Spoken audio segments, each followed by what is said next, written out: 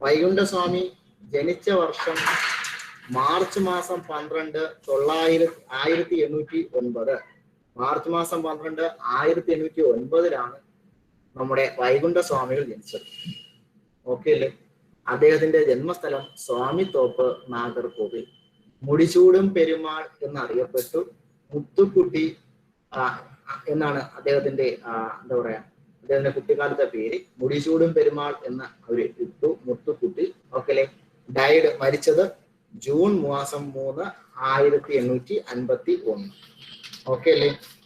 ഒന്നുകൂടെ മാർച്ച് 12 1809 നാഗർകോവിലുള്ള സ്വാമിത്തോപ്പിൽ ജനിച്ചു. മുടിചൂടും പെരുമാൾ എന്നാണ് അവരിട്ട പേര്. മുത്തുക്കുട്ടി എന്ന് വിളിച്ചു. മരിച്ചത് ജൂൺ മാസം 3 1851. ഓക്കെ ആണാടെ ഈ സെഷൻ? അവര് വിളിച്ച പേര് സാർ മുടിചൂടും പെരുമാൾ, ആദ്യത്തെ പേര് മുടിചൂടും പെരുമാൾ. മുത്തുക്കുട്ടി എന്നാണ് വിളിച്ചിരുന്നത്. ഒറിജിനൽ നെയിം മുത്തുക്കുട്ടി ആണെന്നൊക്കെ പറഞ്ഞ് റാങ്ക് ഫയലിൽ കാണാം. അവർ വിളിച്ചിരുന്ന പേര് മുത്തുക്കുട്ടി എന്നാണ്. മുടിചൂടും പെരുമാൾ എന്ന് ഇട്ടു. മുടിചൂട് പെരുമാൾ എന്ന് പറഞ്ഞാൽ മഹാവിഷ്ണുവിന്റെ തമിഴിൽ പറയുന്ന പേരാണ് മുടിചൂടും പെരുമാൾ. ഓക്കെ ആണോ? ഇതിൽ എന്തെങ്കിലും ഡൗട്ട് ഉണ്ടോ? മാർച്ച് മാസം 12 1809. ഓക്കെ അല്ലേ? ഓക്കെ ആണോ? മെസ്സേജ് ഒക്കെ വരട്ടെ. ജൂൺ മാസം 3 1851 മരണപ്പെട്ടു. ഓക്കെ ആണോ? ഓക്കെ. മാക്സിമം ആൾക്കാരും മെസ്സേജുകൾ അയക്കുക, കമന്റുകൾ ഇടുക, അനൗൺസ്മെന്റുകൾ വരിക. ഓക്കെ, ശരി. എളുപ്പം തീരും. PPT ആയതുകൊണ്ട് എളുപ്പം തീരും. അടുത്ത ഇദ്ദേഹം അറിയപ്പെട്ട ചില മറ്റു പേരുകളാണ് പറയുന്നത്. സാമൂഹ്യ വിപ്ലവകാരി. ഓക്കെ അല്ലേ? അയ്യ വൈകുണ്ഠം, ശ്രീമൻ നാരായണ വൈകുണ്ഠസ്വാമി, നാരായണ പണ്ടാരം, സമ്പൂർണ്ണ ദേവൻ. ഓക്കെ അല്ലേ? വിഷ്ണുവിന്റെ 10ാമത്തെ അവതാരമാണെന്ന് സ്വയം പറഞ്ഞു. മഹാവിഷ്ണുവിന്റെ 10ാമത്തെ അവതാരമാണെന്ന് സ്വയം പറഞ്ഞു. സാമൂഹ്യ വിപ്ലവകാരി അയ്യ വൈകുണ്ഠർ, ശ്രീമൻ നാരായണ വൈകുണ്ഠസ്വാമി, നാരായണ പണ്ടാരം, സമ്പൂർണ്ണ ദേവൻ. സാമൂഹ്യ വിപ്ലവകാരി അയ്യ വൈകുണ്ഠർ, ശ്രീമൻ നാരായണ വൈകുണ്ഠസ്വാമി, നാരായണ പണ്ടാരം, സമ്പൂർണ്ണ ദേവൻ. ഓക്കെ ആണേ? മെസ്സേജുകളൊക്കെ വരട്ടെ. സാർ, ഈ മുടിചൂടും പെരുമാൾ എന്നതാണോ വിഷ്ണുവിന്റെ 10ാമത്തെ അവതാരം?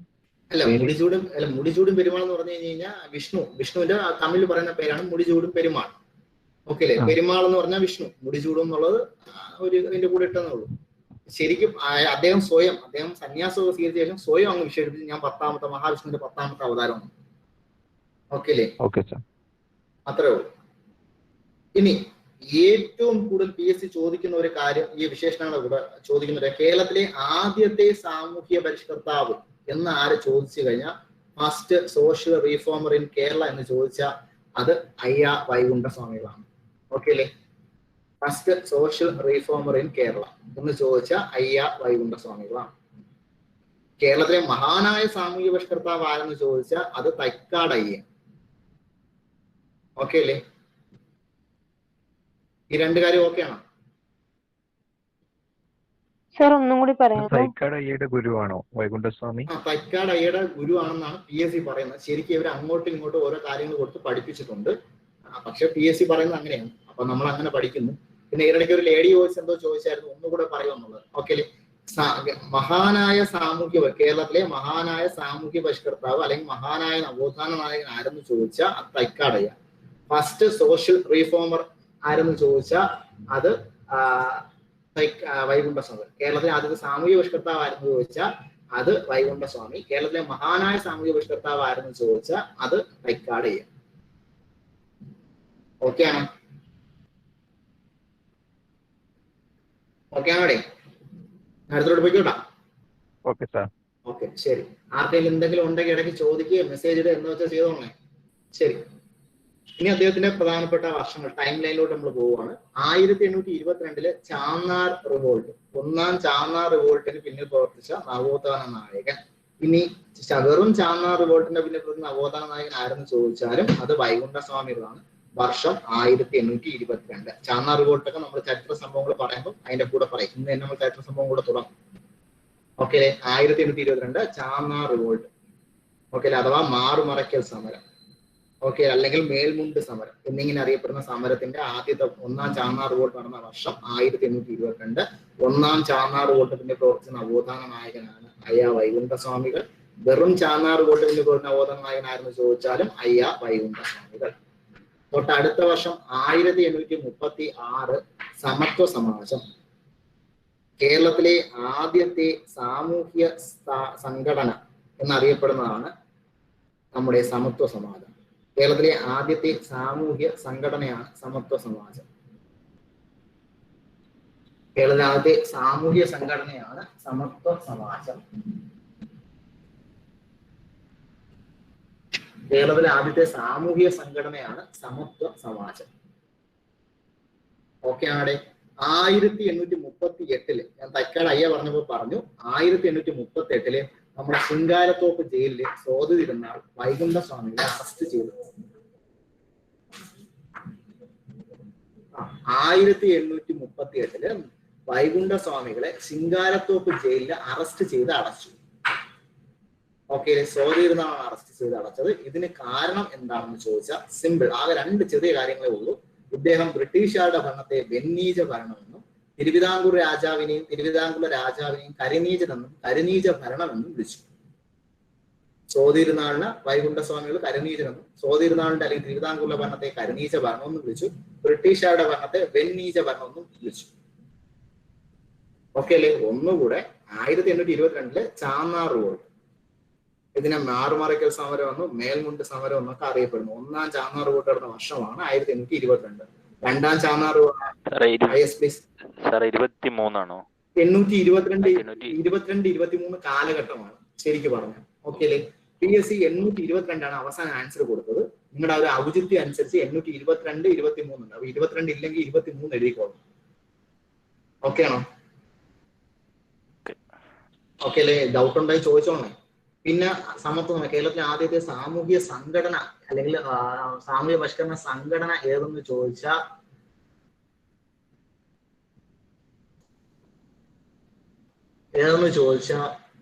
അത് ഏതാടെ? സമത്വ സമാജം. ഏതാടെ സംഘടന? ഏതാടെ? സമത്വ സമാജം. ഓക്കെ അല്ലേ? ഓക്കെ ആണല്ലേ? ഒന്നുകൂടെ 1822 എന്തോന്ന് സമരമാ? ചാന്നാർ വോൾട്ട്. ഒന്നാം ചാന്നാർ വോട്ട് എന്ന് ചോദിച്ചാലാണ് വർഷം 1822. ഓക്കെ അല്ലേ? ചാന്നാർ വോൾട്ടിന് മറ്റു 2 പേര് ഞാൻ പറഞ്ഞു, മാറുമറയ്ക്കൽ സമരം, മേൽമുണ്ട് സമരം. ഇതിന് ഇംഗ്ലീഷിൽ ചോദിക്കുമ്പോൾ ക്വസ്റ്റ്യനിൽ ചോദിച്ചുള്ള upper cloth agitation, breast cloth agitation എന്നിങ്ങനെ ചോദിച്ചിട്ടുണ്ട്. ഓക്കെ അല്ലേ? ശരിക്ക് വെറും ചാന്നാർ സമരം എന്ന് പറഞ്ഞ് ചോദിച്ചാൽ അത് 1859. പിടി കിട്ടിയ?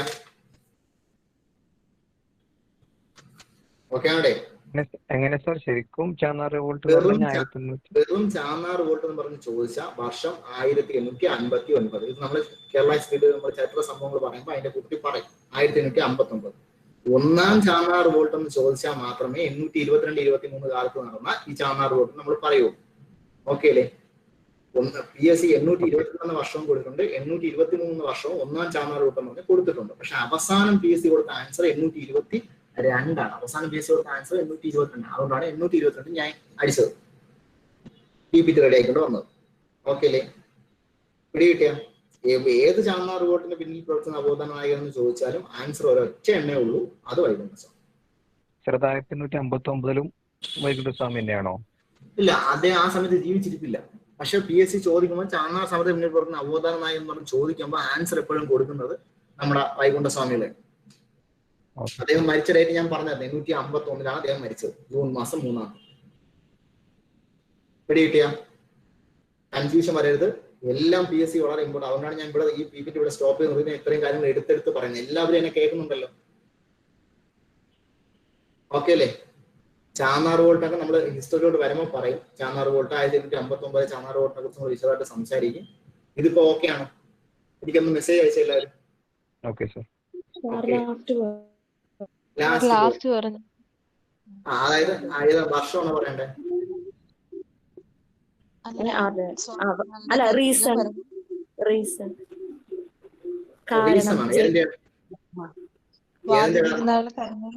പറഞ്ഞില്ല അതിലെ വൈകുണ്ഠ സ്വാമികളെ ജയിലിൽ അടച്ചിട്ടു. അടച്ചതിന്റെ കാരണം സിമ്പിൾ, രണ്ട് ചെറിയ കാരണങ്ങളേ ഉള്ളൂ. ഇദ്ദേഹം എന്ത് ചെയ്തെന്ന് പറഞ്ഞു കഴിഞ്ഞാൽ നമ്മുടെ സോദി തിരുനാളിനെ കയറി കരിനീചനെന്നും സോദി തിരുനാളിന്റെ ഭരണത്തെ കരിനീച ഭരണം എന്ന് വിളിച്ചു. പോരാഞ്ഞിട്ട് ബ്രിട്ടീഷുകാരുടെ ഭരണത്തെ വെളുത്ത നീചഭരണം അഥവാ വെൺ നീച ഭരണം എന്ന് വിശേഷിപ്പിച്ചു. അദ്ദേഹം വെൺ നീച ഭരണം എന്നാണ് വിളിച്ചത്.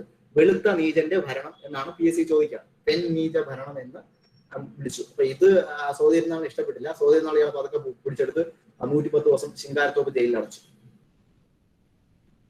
ഓക്കെ. പിന്നീട് വൈകുണ്ഠസ്വാമിയുടെ തൊട്ടടുത്ത വർഷം 1839 തൊട്ടടുത്ത വർഷം 1829 സോറി 1839 തൊട്ടടുത്ത വർഷം 1839 ഇദ്ദേഹത്തെ മോചിപ്പിച്ചു ശിങ്കാരത്തോപ്പ് ജയിലിൽ നിന്ന് വൈകുണ്ഠസ്വാമികൾ തൈക്കാടയുടെ ഉപദേശപ്രകാരം. തൈക്കാടയുടെ കൂടെ പറഞ്ഞപ്പോൾ ഞാൻ ഇത് പറഞ്ഞിരുന്നു. ഓർമ്മയുണ്ടോടെ? അപ്പൊ മോചിപ്പിച്ച വർഷം ചോദിച്ചു കഴിഞ്ഞാൽ 839 തൈക്കാടയുടെ ഉപദേശപ്രകാരം വൈകുണ്ഠസ്വാമികളെ സോദി തിരുനാള് മോചിപ്പിച്ചത്. അത് 1839. ഓക്കെ ആണ്? ഈ 3 വർഷം നിങ്ങൾക്ക് ഓക്കെ ആണ്? ഈ 3 വർഷത്തിൽ എന്തെങ്കിലും ഡൗട്ട് ഉണ്ടോ? ആർക്കെങ്കിലും എന്തെങ്കിലും ഡൗട്ട് ഉണ്ടോ ചോദിക്കണം ഈ 3 വർഷത്തിൽ? ഇല്ല. ഉറപ്പാണ്. ഞാൻ അടുത്തോട്ട് പോയിക്കോട്ടെ. ശരി. കേരളത്തിലെ സാമൂഹ്യ പരിഷ്കർത്താവ് എന്ന് ഞാൻ നേരത്തെ പറഞ്ഞു. അത് കൂടാണ്ട് കേരളത്തിലെ ആദ്യത്തെ തൊഴിലാളി സമരം അല്ലെങ്കിൽ സൗത്ത് ഇന്ത്യയിലെ ആദ്യത്തെ തൊഴിലാളി സമരം കണ്ടക്ട് ചെയ്ത നേതാവ് ആരെന്ന് ചോദിച്ചാൽ വൈകുണ്ഠസ്വാമികൾ. ഓക്കെ അല്ലേ? കേരളത്തിലെ ആദ്യത്തെ തൊഴിലാളി സമരം എന്ന് പറഞ്ഞ് PSC ചോദിക്കുമ്പോൾ ആൻസർ കൊടുത്തിരിക്കുന്നത് നമ്മുടെ അയ്യങ്കാളിയാണ് കൊടുത്തേക്കുന്നത്. PSC ആൻസർ കൊടുത്തേക്കുന്നത്. അയ്യങ്കാളി ഓപ്ഷൻ ഇല്ലെങ്കിൽ കേരളത്തിലെ ആദ്യത്തെ തൊഴിലാളി സമരം എന്ന് ചോദിച്ചാലും സൗത്ത് ഇന്ത്യയിൽ ആദ്യത്തെ തൊഴിലാളി സമരം നടത്തിയ നേതാവ് ആരെന്ന് ചോദിച്ചാലും വൈകുണ്ഠസ്വാമികളാണ്. ഓക്കെ അല്ലേ? ഫസ്റ്റ് കണ്ണാടി പ്രതിഷ്ഠ നടത്തിയത് ആരെന്ന് ചോദിച്ചു കഴിഞ്ഞാൽ അത് വൈകുണ്ഠസ്വാമികളാണ്. അദ്ദേഹം നടത്തിയ സ്ഥലം എവിടെയെന്ന് ചോദിച്ചാൽ മരുത്വാമലയാണ്. സൗത്ത് ഇന്ത്യയിലെ ആദ്യത്തെ കണ്ണാടി പ്രതിഷ്ഠ നടത്തിയ ആരെന്ന് ചോദിച്ചു കഴിഞ്ഞാലും വൈകുണ്ഠസ്വാമികളാണ്. അതും മരുത്വാമലയിലാണ്. ഓക്കെ ആണോ? മരുത്വാമല എവിടെ വരുന്നത്? തമിഴ്നാട്ടിലെ കന്യാകുമാരി ആ ഭാഗത്തടിപ്പിച്ച് വരും. നാഗർകോവിൽ, കന്യാകുമാരി. ഓക്കെ അല്ലേ? കേരളത്തിലെ ആദ്യ സാമൂഹ്യ പരിഷ്കർത്താവ് ആരെന്ന് ചോദിച്ചാലും വൈകുണ്ഠസ്വാമികളാണ്. ഫസ്റ്റ് തൊഴിലാളി സമരം കേരളത്തിലെ കണ്ടക്ട് ചെയ്തതായിരുന്നു ചോദിച്ചാലും സൗത്ത് ഇന്ത്യയിലെ കണ്ടക്ട് ചെയ്തതായിരുന്നു ചോദിച്ചു കഴിഞ്ഞാലും വൈകുണ്ഠസ്വാമികളാണ്. ഓക്കെ അല്ലേ? പക്ഷേ കേരളത്തിലെ ആദ്യത്തെ തൊഴിലാളി സമരം കണ്ടക്ട് ചെയ്തതായിരുന്നു ചോദിച്ച് PSC കൊടുക്കുന്ന ആൻസർ തൈക്കാടയ്യാണ്. സൗത്ത് ഇന്ത്യയിലെ തൈക്കാടയില്ല, അയ്യങ്കാളിയാണ്. കേരളത്തിലെ സൗത്ത് ഇന്ത്യയിലെ ആദ്യത്തെ തൊഴിലാളി സമരം നടത്തിയായിരുന്നു ചോദിച്ചിട്ടാണ് PSC ഏറ്റവും കൂടുതൽ വൈകുണ്ഠസ്വാമികളെ ചോദിക്കാറ്. ആശയക്കുഴപ്പം വരില്ലേടെ? ഞാൻ ഒന്നുകൂടെ പറയാം. കേരളത്തിലെ ആദ്യത്തെ തൊഴിലാളി സമരം ആരാണ് നടത്തിയതെന്ന് ചോദിച്ചാൽ അത് അയ്യങ്കാളിയാണ്. ഓക്കെ, ഇതാണ് PSCയുടെ പെർമനന്റ് ആൻസർ. ശരിക്ക് PSC ഇങ്ങനെയും ചോദിച്ചിട്ടുണ്ട്. കേരളത്തിലെ ആദ്യത്തെ തൊഴിലാളി സമരം എന്ന് ചോദിച്ച് ഓപ്ഷനിൽ നമ്മുടെ അയ്യങ്കാളി ഇല്ലായിരുന്നു, വൈകുണ്ഠസ്വാമികളാണ് ഉണ്ടായിരുന്നു. വൈകുണ്ഠസ്വാമികൾ കൊടുത്തു ആൻസർ. പക്ഷെ ശരിക്കും പറഞ്ഞാൽ സൗത്ത് ഇന്ത്യ ആദ്യത്തെ തൊഴിലാളി സമരം നടത്തിയതാരെന്ന് ചോദിച്ചാലാണ് ആൻസർ വൈകുണ്ഠസ്വാമികൾ. പിടികിട്ടിയ?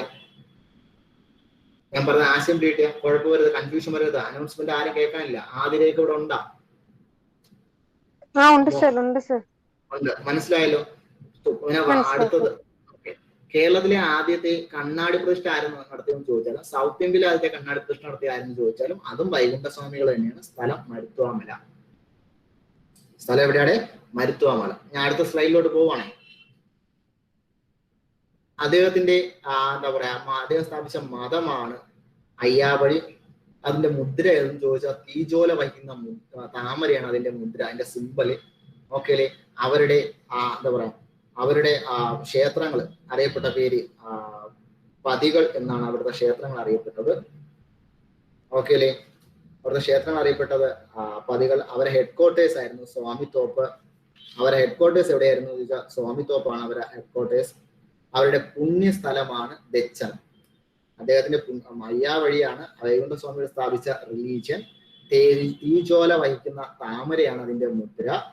താമരയുടെ മുകളിൽ ഒരു ചെറിയ ദീപം ഉണ്ടാവും, ഒരു വെട്ടം. അതായത് തീജോല എന്നാണ് ഉദ്ദേശിക്കുന്നത്. താമരയുടെ മുകളിൽ ഒരു തീജോല വഹിക്കുന്ന താമര, അതാണ് അതിന്റെ സിമ്പല്. അവരുടെ അതിന് ആദ്യമായി ബന്ധപ്പെട്ട അയ്യാവഴിയുമായി ബന്ധപ്പെട്ട ക്ഷേത്രങ്ങൾക്ക് പറയുന്ന പേര് പതികളെന്നാണ്. ഈ ക്ഷേത്രങ്ങളുടെ ഹെഡ്ക്വാർട്ടേഴ്സ് സ്വാമിത്തോപ്പ് പതിയാണ്. ഇവരുടെ പുണ്യസ്ഥലം, ഈ അയ്യാവഴിയിലെ പുണ്യസ്ഥലമായത് കണക്കുന്ന സ്ഥലമാണ് ദച്ചനം. ദച്ചനം എന്ന് പറയുന്നത് ഇതൊക്കെ തമിഴ്നാട്ടിലാണ് ഈ സ്ഥലങ്ങളൊക്കെ. പിടി കിട്ടിയ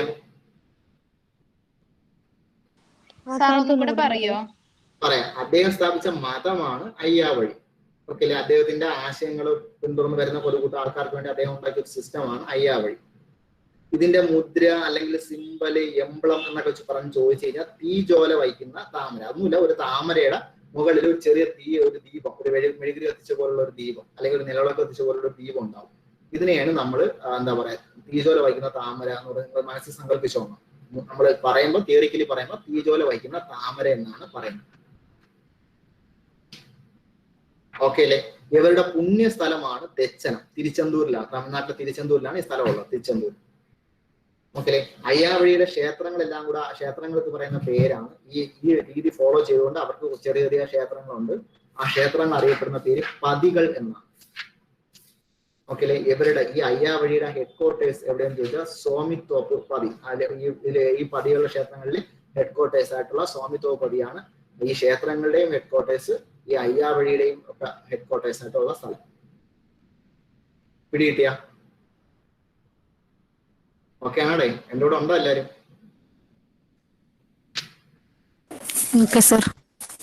ഓക്കെ, ശരി. ഇനി അടുത്ത സ്ലൈഡിലോട്ട് ഞാൻ പോകുന്നു. ഓക്കെ അല്ലേ? ഇദ്ദേഹം സ്വയം തൊഴിലിന് വേണ്ടിയിട്ട് അദ്ദേഹം സ്ഥാപിച്ച ഒരു കൂട്ടായ്മയാണ് തുവയിൽ പന്തി കൂട്ടായ്മ. ഓക്കെ അല്ലേ? അദ്ദേഹം സ്ഥാപിച്ച തുവയിൽ പന്തി കൂട്ടായ്മ. ഇതിന്റെ മോട്ടോ ആയിരുന്നു, അല്ലെങ്കിൽ ഇതിന്റെ മുദ്രാവാക്യമായിരുന്നു തുല്യതയും സാഹോദര്യവും. തുവയിൽ പന്തി കൂട്ടായ്മ സ്ഥാപിച്ചു. ഓക്കെ അല്ലെ? സ്വയം തൊഴിലിന് വേണ്ടി അദ്ദേഹം സ്ഥാപിച്ച ഒരു കൂട്ടായ്മയാണ് തുവയിൽ പന്തി കൂട്ടായ്മ. ഇതിന്റെ മോട്ടോയാണ് തുല്യതയും സാഹോദര്യവും.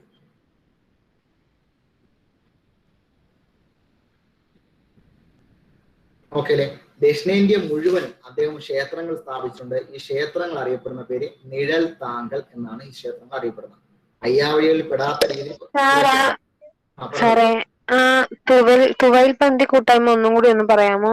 തുവയിൽ പന്തി കൂട്ടായ്മ സ്വയം തൊഴിലിന് വേണ്ടിയിട്ട് അദ്ദേഹം ഉണ്ടാക്കിയ ഒരു സംഘടനയാണ്, ചെറിയ ഒരു കൂട്ടായ്മ, സ്വയം തൊഴിൽ കൂട്ടായ്മ. ഇതിന്റെ മുദ്രാവാക്യം തുല്യതയും സാഹോദര്യവും. തുല്യതയും സാഹോദര്യവും. ഓക്കെ അല്ലേ? നേരത്തെ ഞാൻ പറഞ്ഞു അയ്യാവഴിപ്പെട്ട ക്ഷേത്രങ്ങളുണ്ടെന്ന് പറഞ്ഞു. ഓക്കെ അല്ലേ? അത് അദ്ദേഹത്തിന്റെ സന്യാസം സ്വീകരിച്ചിട്ടുള്ള ശിഷ്യന്മാർക്കുള്ള ക്ഷേത്രങ്ങളും കാര്യങ്ങളുമാണ് അയ്യാവഴിയിലെ ക്ഷേത്രങ്ങൾ. അതല്ലാതെ അദ്ദേഹം പല പ്രതിഷ്ഠകൾ നടത്തിയിട്ടുണ്ട്. ദക്ഷിണേന്ത്യയിൽ മുഴുവനുമായിട്ട് അദ്ദേഹം ചെറിയ ചെറിയ ആരാധനാലയങ്ങൾ സ്ഥാപിച്ചിട്ടുണ്ട്. ഇവയ്ക്ക് പറയുന്ന പേരാണ് നിഴൽ താങ്കൽ. നിഴൽ താങ്കൽ. നിഴൽ താങ്കൽ. അപ്പൊ നിഴൽ താങ്കൽ എന്ന് പറയുന്ന ക്ഷേത്രങ്ങൾ സ്ഥാപിച്ച ആരെന്ന് ചോദിച്ചാൽ അത് വൈകുണ്ഠ സ്വാമികളാണ്. ഓക്കെ അല്ലേ? അടുത്തത് മുന്തിരിക്കിണർ അഥവാ സ്വാമിക്കിണർ. മുന്തിരിക്കിണർ അഥവാ സ്വാമിക്കിണർ. അദ്ദേഹം എല്ലാ വിഭാഗത്തിൽപ്പെട്ട ആൾക്കാർക്കും ജലം എടുക്കാൻ വേണ്ടിയിട്ട് തമിഴ്നാട്ടിലെ സ്വാമിത്തോപ്പിൽ അദ്ദേഹം കുഴിച്ചൊരു കിണർ അറിയപ്പെടുന്നത് മുന്തിരിക്കിണർ അഥവാ സ്വാമിക്കിണർ എന്നാണ്. അപ്പൊ മുന്തിരിക്കിണർ അഥവാ സ്വാമിക്കിണർ ആരാണ് കുഴിച്ചത് എന്നത്, ആരാണ് അത് പണിതെന്ന് ചോദിച്ചാൽ വൈകുണ്ഠ സ്വാമി. എല്ലാ വിഭാഗത്തിൽപ്പെട്ട ആൾക്കാർക്കും ജലം എടുക്കാൻ വേണ്ടിയിട്ടുള്ളതാണ്. ഇതുവരെ ഒരു സമയത്ത് അത് കുഴിച്ച് ഇതുവരെ പറ്റിയിട്ടില്ലെന്നാണ് പറയപ്പെടുന്നത് ആ കിണർ. ഓക്കെ ആണേ? അടുത്തത് നിശാപാഠശാലകൾ. നിശാപാഠശാല വയോജന വിദ്യാഭ്യാസം, പ്രായമായ ആൾക്കാരുടെ വിദ്യാഭ്യാസത്തിന് വേണ്ടിയിട്ട് അദ്ദേഹം സ്ഥാപിച്ച പാഠശാലകൾ അറിയപ്പെടുന്ന പേരാണ് നിശാപാഠശാലകൾ. വയോജന വിദ്യാഭ്യാസത്തിനായി അദ്ദേഹം തുടങ്ങിയ പാഠശാലകൾ അറിയപ്പെടുന്ന പേരാണ് നിശാപാഠശാലകൾ. അത് കഴിഞ്ഞിട്ട് അടുത്തത് ഞാൻ പറയാൻ പോകുന്ന സമപന്തി ഭോജനം. എല്ലാ വിഭാഗത്തിൽപ്പെട്ട ആൾക്കാർക്കും ഭക്ഷണം കഴിക്കാൻ, ഒരുമിച്ചിരുന്ന് ഭക്ഷണം കഴിക്കാനുള്ള അനുവാദം പണ്ടില്ലായിരുന്നു. അതിനെതിരെ അദ്ദേഹം എല്ലാ വിഭാഗത്തിൽപ്പെട്ട ആൾക്കാരെയും കൂടെ ഒരുമിച്ചിട്ട്, അദ്ദേഹത്തിന് കിട്ടാവുന്ന എല്ലാ വിഭാഗത്തിൽപ്പെട്ട ആൾക്കാരെയും കൂടെ ഒരുമിച്ചിട്ട് അദ്ദേഹം ഒരു മിശ്രഭോജനം നടത്തി. അതിന് അദ്ദേഹം കൊടുത്ത പേരാണ് സമപന്തി ഭോജനം. സമപന്തി ഭോജനം. സമപന്തി ഭോജനം. അപ്പൊ ഒന്നുകൂടെ ഞാൻ പറയാം. ദക്ഷിണേന്ത്യ മുഴുവൻ അദ്ദേഹം സ്ഥാപിച്ച ക്ഷേത്രങ്ങൾ അറിയപ്പെടുന്ന പേര് നിഴൽത്താങ്കൾ എന്നാണ്. എല്ലാ വിഭാഗത്തിൽപ്പെട്ട ആൾക്കാർക്കും ജലം എടുക്കാൻ വേണ്ടിയിട്ട് അദ്ദേഹം കുഴിച്ച കിണർ, തമിഴ്നാട്ടിലെ അദ്ദേഹം കുഴിച്ച കിണർ അറിയപ്പെടുന്ന പേര് മുന്തിരിക്കിണർ അഥവാ സ്വാമിക്കിണർ എന്നാണ്. ഇത് സ്വാമിത്തോപ്പിലാണ് കുഴിച്ച, തമിഴ്നാട്ടിലാണ് ഈ സ്ഥലം ഉള്ളത്. വയോജന വിദ്യാഭ്യാസത്തിന് വേണ്ടി അദ്ദേഹം തുടങ്ങിയ പാഠശാലകൾ അറിയപ്പെടുന്ന പേര് നിശാ പാഠശാലകൾ. അദ്ദേഹം നടത്തിയ ഒരു മിശ്രബോധനമാണ് സമപന്തി ബോധനം. അദ്ദേഹം എല്ലാ തരത്തിലുള്ള ആൾക്കാരെ ഇരുത്തിക്കൊണ്ട് ഒരു മിശ്രബോധനം നടത്തി. അതിന് അദ്ദേഹം കൊടുത്ത പേരാണ് സമപന്തി ഭോജനം. ഓക്കെ. അപ്പൊ പന്തി ഭോജനം നടത്തിയ ആരുടെ? കഴിഞ്ഞ ക്ലാസ് ഞാൻ പഠിപ്പിച്ചായിരുന്നു. പന്തി ഭോജനം ആരുടെ? തൈക്കടയ്യ. Okay, very good. അടുത്തതിലോട്ട് ഞാൻ പോവാണ്. ഓക്കെ അല്ലേ? ഇനി അദ്ദേഹത്തിന്റെ ഫേമസ് ആയിട്ടുള്ള മുദ്രാവാക്യം, വേല ചെയ്താൽ കൂലി കിട്ടണം. ഓക്കെ അല്ലേ? വേല ചെയ്താൽ കൂലി കിട്ടണം. ഓക്കെ അല്ലേ? അടുത്തത് ഞാൻ ഉള്ള ഫോട്ടോ ശ്രദ്ധിച്ചോളാം. റാങ്ക് ഫയൽ ഇത് ഇത്രയും മുഴുവനായിട്ടില്ല. ഓക്കെ അല്ലേ? ജാതി ഒന്ന്, മതം ഒന്ന്, കുലം ഒന്ന്, ദൈവം ഒന്ന്, ലോകം ഒന്ന്, നീതി ഒന്ന്, മനുഷ്യൻ. ഓക്കെ അല്ലേ? ജാതി ഒന്ന്, മതം ഒന്ന്, കുലം ഒന്ന്, ദൈവം ഒന്ന്, ലോകം ഒന്ന്, നീതി ഒന്ന്, മനുഷ്യൻ.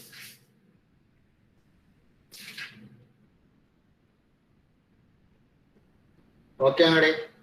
ജാതി ഒന്ന്, മതം ഒന്ന്, കുലം ഒന്ന്, ദൈവം ഒന്ന്, ലോകം ഒന്ന്, നീതി ഒന്ന്, മനുഷ്യൻ.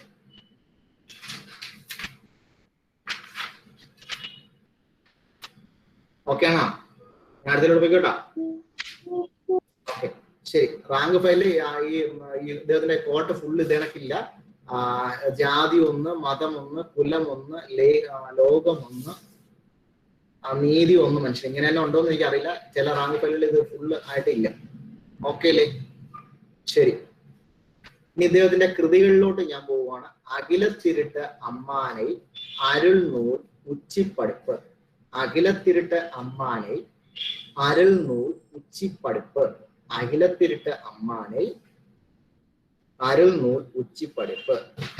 ഇതിലെ അഖിലത്തിരുട്ട് അമ്മാനെ എന്ന് പറയുന്ന കൃതി എഴുതിയത്, കൃതിയുടെ പ്രത്യേകത ചോദിച്ചാൽ PSC ചോദിക്കുന്നത് ഇങ്ങനെയാണ്: കലിയുഗത്തിൽ പൂണ്ടിരുന്ന സമൂഹത്തെ ധർമ്മയുഗത്തിലേക്ക് കൊണ്ടുവരാൻ വേണ്ടി അദ്ദേഹം എഴുതിയ കൃതിയാണ് അഖിലത്തിരുട്ട് അമ്മാനെ.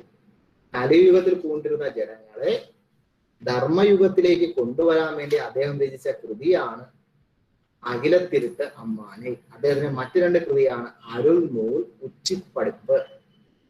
ഉച്ചിപ്പടുപ്പ്. ഓക്കെ ആണോ?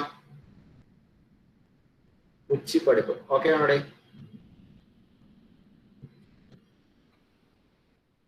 ഓക്കെ ആണോടെ?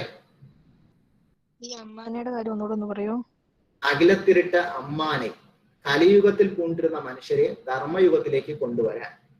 അഖിലത്തിരുട്ട് അമ്മാനെ. ഓക്കെ ആണോ?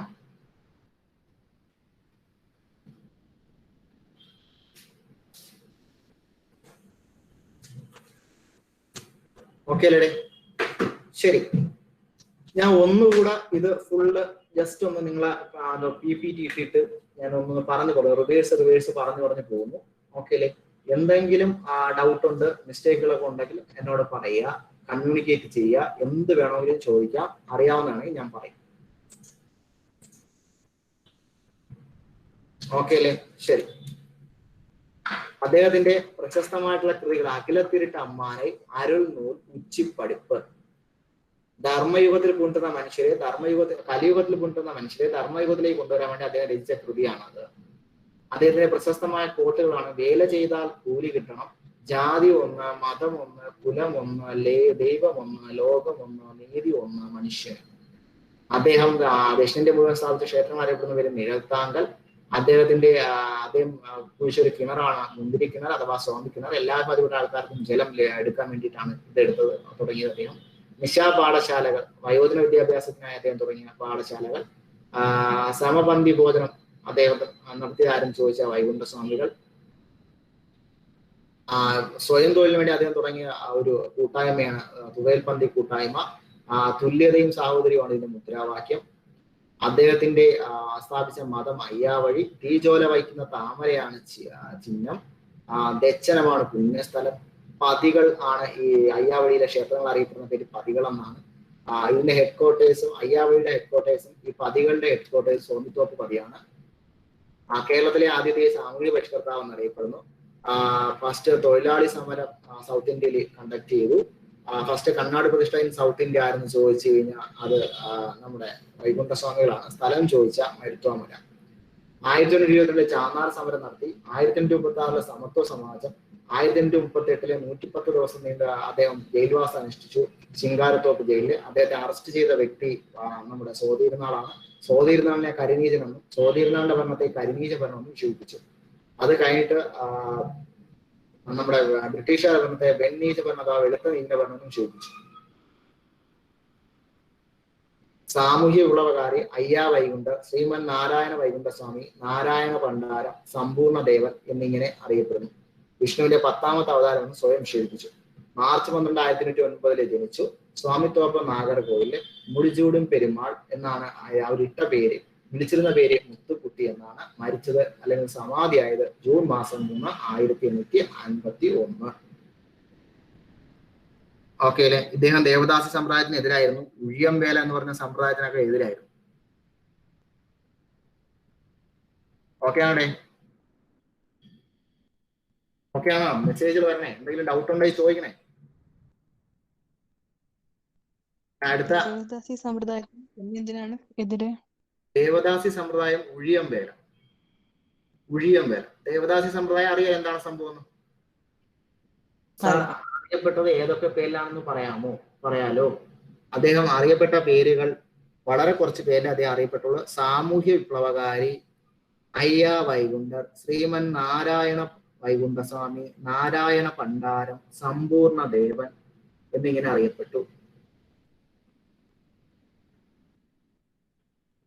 സാമൂഹ്യ വിപ്ലവകാരി അയ്യാ വൈകുണ്ഠർ, ശ്രീമൻ നാരായണ വൈകുണ്ഠസ്വാമി, നാരായണ ഭണ്ഡാരം, സമ്പൂർണ്ണ ദേവൻ, വിഷ്ണുവിന്റെ 10ാമത്തെ അവതാരം എന്ന് പറഞ്ഞു.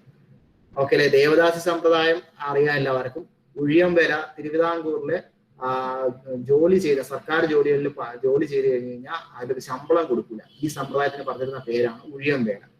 സർക്കാരിന്റെ പൊതുമരാമത്ത് വകുപ്പുകളിൽ ആൾക്കാരെ ജോലിക്ക് വിളിക്കും, ശമ്പളം കൊടുക്കില്ല. ഇതിന് പറഞ്ഞിരുന്ന പേരാണ് ഉഴിയംവേല. ഓക്കെ ആണേ? ശരി, ഞാൻ അടുത്ത ഇതിലോട്ട് പോവാണേ. നമ്മുടെ അടുത്ത സർ ഇപ്പൊ ലാസ്റ്റ് പറഞ്ഞ പോയിന്റ് ഒന്നുകൂടെ പറയോ? ക്ലിയർ ആയില്ലായിരുന്നു. ഉഴിയംവേല അതായത് തിരുവിതാംകൂറിലെ പൊതുമരാമത്ത് ജോലികൾക്ക് അല്ലെങ്കിൽ തിരുവിതാംകൂർ ഗവൺമെന്റിന്റെ മറ്റ് ജോലികൾക്ക് ആ ജോലിക്കാരെ വിളിച്ചിട്ട് അവർക്ക് ശമ്പളം കൊടുക്കത്തില്ല. ഈ സമ്പ്രദായത്തിന് പറയുന്ന പേരാണ് ഉഴിയംവേല. Okay sir. ഓക്കെ, ഞാൻ അടുത്ത ചാവറ അച്ഛനെടുക്കാൻ പോവാണേ. കുര്യാക്കോസ് ഏലിയാസ് ചാവറ. അദ്ദേഹം ജനിച്ച വർഷം ഫെബ്രുവരി മാസം 10, 1805. പ്ലേസ് ഓഫ് ബർത്ത് കൈനകരി, നമ്മളെ ആലപ്പുഴയിലെ കൈനകരിയിലാണ് അദ്ദേഹം ജനിച്ചത്.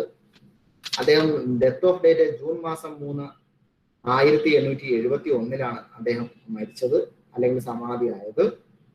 ഓക്കെ, ഒന്നുകൂടെ ഡേറ്റ് ഓഫ് ബർത്ത് നമ്മുടെ ഫെബ്രുവരി മാസം 10-ാം തീയതി 1805. 1805 ഒരു പ്രത്യേകത ഉണ്ടല്ലോ. എന്തോടെ?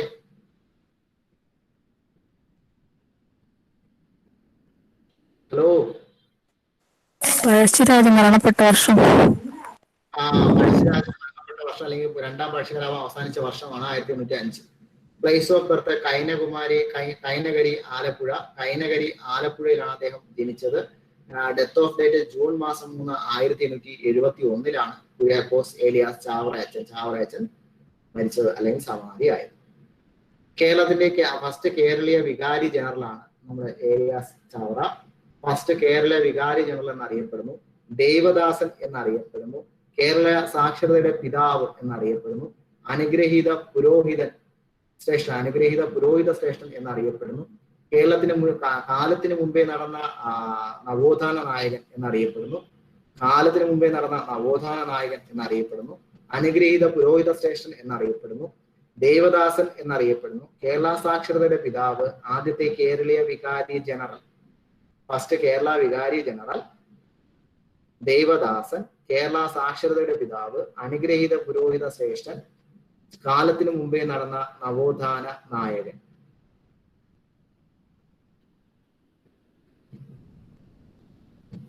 ഓക്കെ അല്ലേ? ഓക്കെ, അടുത്ത സ്ലൈഡിലോട്ട് പോവാണേ. ശരി സാർ, ഒന്നുകൂടി പറയാവോ? കിട്ടിയില്ല സാർ, ഒന്നുകൂടി പറയാവോ? ഫസ്റ്റ് കേരളീയ വികാരി ജനറൽ, കേരളത്തിലെ ആദ്യത്തെ വികാരി ജനറൽ എന്നറിയപ്പെടുന്ന ആളാണ് ചാവറയച്ചൻ. ഇദ്ദേഹത്തെ ദേവദാസൻ എന്നും വിളിക്കുന്നു ആൾക്കാർ. Father of Kerala literacy, Kerala സാക്ഷരതയുടെ പിതാവ് എന്നറിയപ്പെടുന്നു. കാലത്തിന് മുമ്പേ നടന്ന നവോത്ഥാന നായകൻ എന്ന് പറയപ്പെടുന്നു. അനുഗ്രഹീത പുരോഹിത ശ്രേഷ്ഠൻ. ഒന്നുകൂടെ വായിക്കാം, സ്ലൈഡ് നോക്കിക്കോളൂ. ഫസ്റ്റ് കേരളീയ വികാരി ജനറൽ, ദേവദാസൻ, കേരള ലിറ്ററസിയുടെ പിതാവ്, കേരള സാക്ഷരതയുടെ പിതാവ്, കാലത്തിന് മുമ്പേ നടന്ന നവോത്ഥാന നായകൻ, അനുഗ്രഹീത പുരോഹിത ശ്രേഷ്ഠൻ. ഓക്കെ ആണേ?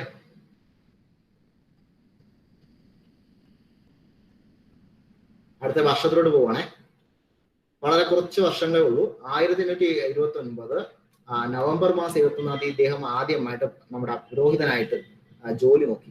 അതായത് പള്ളിയുടെ അച്ഛനായിട്ട് അദ്ദേഹം, അല്ലെങ്കിൽ ആ പുരോഹിത ശ്രേഷ്ഠനായിട്ട് അദ്ദേഹം ആദ്യമായിട്ട് ആ ഒരു പ്രൊഫഷനിലോട്ട് അദ്ദേഹം കയറിയത് 1829 നവംബർ മാസം 29 വരെയാണ്. അദ്ദേഹം ചേന്നങ്കരി പള്ളിയിലാണ് ആദ്യമായിട്ട് കുർബാന അർപ്പണം നടത്തിയത്. കുർബാന, ഓക്കെ അല്ലെ? പള്ളിയിലെ കുർബാന നടത്തിയത് ചേന്നങ്കരി പള്ളിയിൽ ആദ്യമായിട്ട് ചേന്നങ്കരി പള്ളി, ഓക്കെ അല്ലെ? കുർബാന അർപ്പണം നടത്തി. ഇമ്പോർട്ടന്റ് അല്ല, ഞാൻ പറഞ്ഞപ്പോൾ അദ്ദേഹത്തിന്റെ പ്രധാനപ്പെട്ട വർഷം കൂടെ ഞാൻ പറയുന്നു എന്നുള്ളതേ ഉള്ളൂ. 1830 മാന്നാനത്ത്, കോട്ടയത്തെ മാന്നാനത്ത് അദ്ദേഹം താമസം മാറ്റി. അദ്ദേഹത്തിന്റെ പ്രവർത്തന മേഖല കോട്ടയം ജില്ലയിലുള്ള മാന്നാനത്തോട്ട് മാറ്റി 1830. 1831 മെയ് മാസം 11 CMI, Carmelites of Mary immaculate എന്ന സഭ അദ്ദേഹം സ്ഥാപിച്ചു. അത് മാന്നാനത്താണ് അദ്ദേഹം സ്ഥാപിച്ചത്. ഇന്ത്യയിലെ ആദ്യത്തെ ക്രിസ്ത്യൻ സഭയാണ് ഇത്.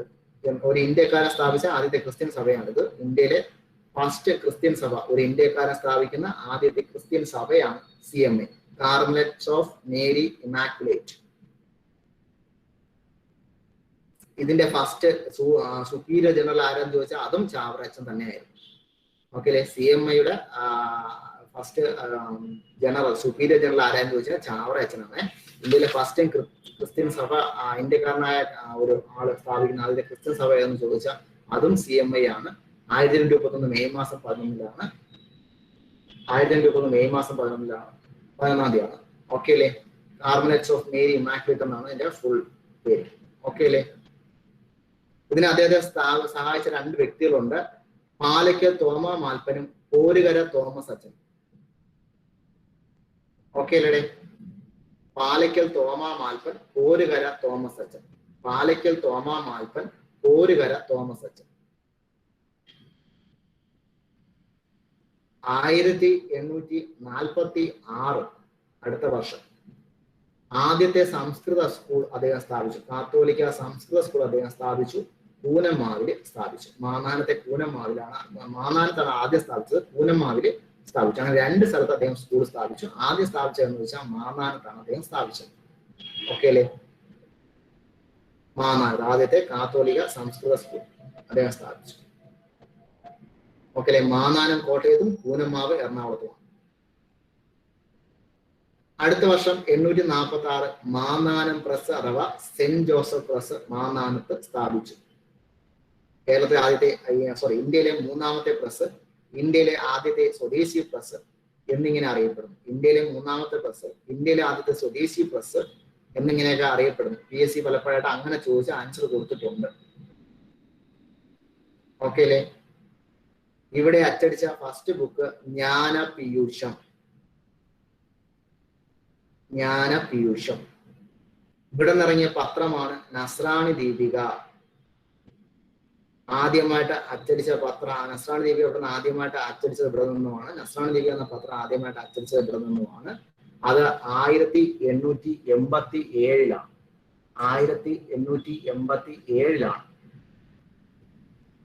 1887 നിധിയിരിക്കൽ മാണിക്കത്തനാറാണ് നസ്രാണി ദീപികയുടെ സ്ഥാപകൻ.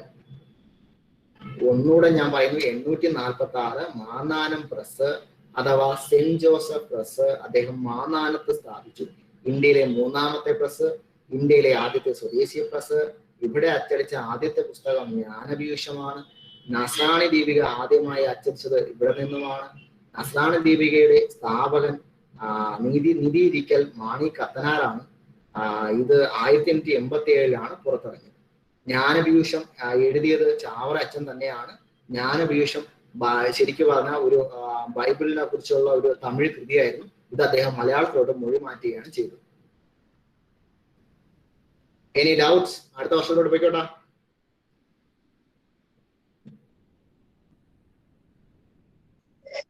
സാറേ ഇന്ത്യയിലെ മൂന്നാമത്തെ പ്രസ് പിന്നെന്താ പറഞ്ഞു? ഇന്ത്യയിലെ ആദ്യത്തെ സ്വദേശി പ്രസ്.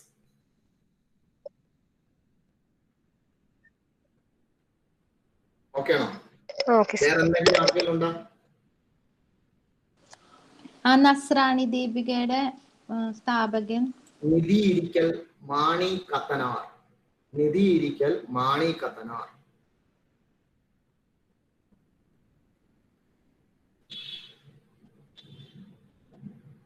ഓക്കെ ആണോ? അടുത്തോട്ട് പോയിക്കോട്ടെ. 1864 ഓരോ പള്ളിക്കൊപ്പവും പള്ളിക്കൂടം എന്ന ആശയം, അതായത് ഒരു പള്ളി ഉണ്ടെങ്കിൽ അതിന്റെ കൂടെ പള്ളിക്കൂടം കൂടെ വേണം എന്നൊരു ആശയം അദ്ദേഹം മുന്നോട്ട് തുടങ്ങുകയും ചെയ്തത്. അങ്ങനെ വിദ്യാലയങ്ങൾ, പള്ളിക്കൊപ്പം വിദ്യാലയങ്ങൾ നിർബന്ധമാക്കുന്ന ഒരു സമ്പ്രദായം അദ്ദേഹം കൊണ്ടുവന്നു. അതിന് അദ്ദേഹം പറഞ്ഞവര് ഒരു പള്ളിക്കൊപ്പം ഒരു പള്ളിക്കൂടം, ഒരു പള്ളിക്കൊപ്പം ഒരു പള്ളിക്കൂടം എന്ന മുദ്രാവാക്യം കൊണ്ട് അദ്ദേഹം ഒരു പള്ളിക്കൊപ്പം ഒരു പള്ളിക്കൂടം. ഓക്കെ.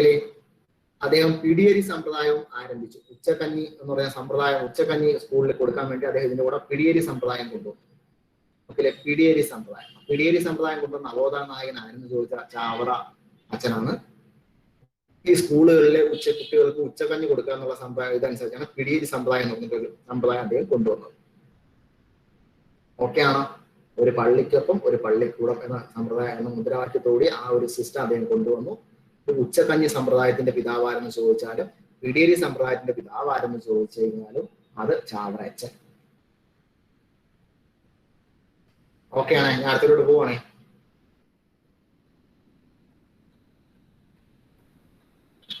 ഓക്കെ. അതെ, ഇതിനിടയ്ക്ക് ഒരു വർഷം മിസ്സിംഗ് ആയിട്ടുണ്ട്. അതും കൂടെ ഞാൻ പറയുവാണ്, നിങ്ങൾ എഴുതി ഒന്ന് ശ്രദ്ധിച്ചോണേ. 1866 1866 അദ്ദേഹം 1866 അദ്ദേഹം sisters of the congregation of the mothers of Carmel. ഇതിന്റെ ഫുൾ ഫോം നിങ്ങൾ വേണ്ട, നിങ്ങൾ ഇത്ര മാത്രമേ CMC സന്യാസിനി സഭ ആരംഭിച്ചു. CMC സന്യാസിനി സഭ സ്ഥാപിച്ചു. വർഷം 1866. CMC സന്യാസിനി സഭ അദ്ദേഹം സ്ഥാപിച്ചു. വർഷം 1866. 1986 ഫെബ്രുവരി മാസം 8-ാം തീയതി അദ്ദേഹത്തെ വാഴ്ത്തപ്പെട്ടവനായിട്ട് പ്രഖ്യാപിച്ചു. നമ്മുടെ ഇന്ത്യ സന്ദർശിച്ച മാർപ്പാപ്പയായിട്ടുള്ള ജോൺ പോൾ II മാർപ്പാപ്പയാണ് അദ്ദേഹത്തെ വാഴ്ത്തപ്പെട്ടവനായിട്ട് പ്രഖ്യാപിച്ചത് 986 ഫെബ്രുവരി മാസം 8-ന്. 1987 ഡിസംബർ മാസം 20-ന് പോസ്റ്റൽ സ്റ്റാമ്പ് പുറത്തിറങ്ങി ഇന്ത്യ അദ്ദേഹത്തെ ആദരിച്ചു. 2014 നവംബർ മാസം 23 ഇദ്ദേഹത്തെ വിശുദ്ധനായി പ്രഖ്യാപിച്ചു. ഏവു പ്രാസിയാമയോടൊപ്പമാണ് വിശുദ്ധനായിട്ട് പ്രഖ്യാപിച്ചത്. നമ്മുടെ ഇപ്പോഴത്തെ മാർപ്പാപ്പയാണ്, ഫ്രാൻസിസ് മാർപ്പാപ്പയാണ് അദ്ദേഹത്തെ വിശുദ്ധനായിട്ട് പ്രഖ്യാപിച്ചത്. 2014 നവംബർ 23-ന് നമ്മുടെ ഏവു പ്രാസിയാമയോടൊപ്പം ഫ്രാൻസിസ് മാർപ്പാപ്പയാണ് പ്രഖ്യാപിച്ചത്. വാഴ്ത്തപ്പെട്ടവനായിട്ട് പ്രഖ്യാപിച്ചത് 986 ഫെബ്രുവരി മാസം 8-നാണ്. അത് ജോൺ പോൾ മാർപ്പാപ്പയാണ് പ്രഖ്യാപിച്ചത്. ജോൺ പോൾ II മാർപ്പാപ്പ. ആ സമയത്ത് നമ്മൾ അൽഫോൻസാമ്മയും വിശുദ്ധയായിട്ട് പ്രഖ്യാപിച്ചായിരുന്നു. 87 ഡിസംബർ മാസം 20-ന് പോസ്റ്റൽ സ്റ്റാമ്പ് പുറത്തിറങ്ങി. പോസ്റ്റൽ സ്റ്റാമ്പ് അദ്ദേഹത്തെ ബഹുമാനിച്ച വർഷം 987 ഡിസംബർ മാസം 20.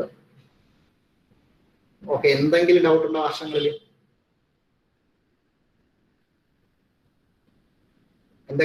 വർഷങ്ങളിൽ?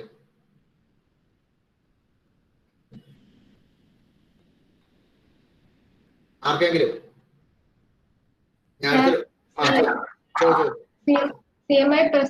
അച്ചടിച്ച പുസ്തകത്തിന്റെ ആ കാര്യം പറയണോ? അത് പുസ്തകം ജ്ഞാനപീയൂഷം എന്ന പുസ്തകമാണ്. അത് ചാവറ അച്ഛന്റെ പുസ്തകമാണ്. ആരും അദ്ദേഹത്തിന്റെ പുസ്തകമാണെന്നൊന്നും പറയാറില്ല.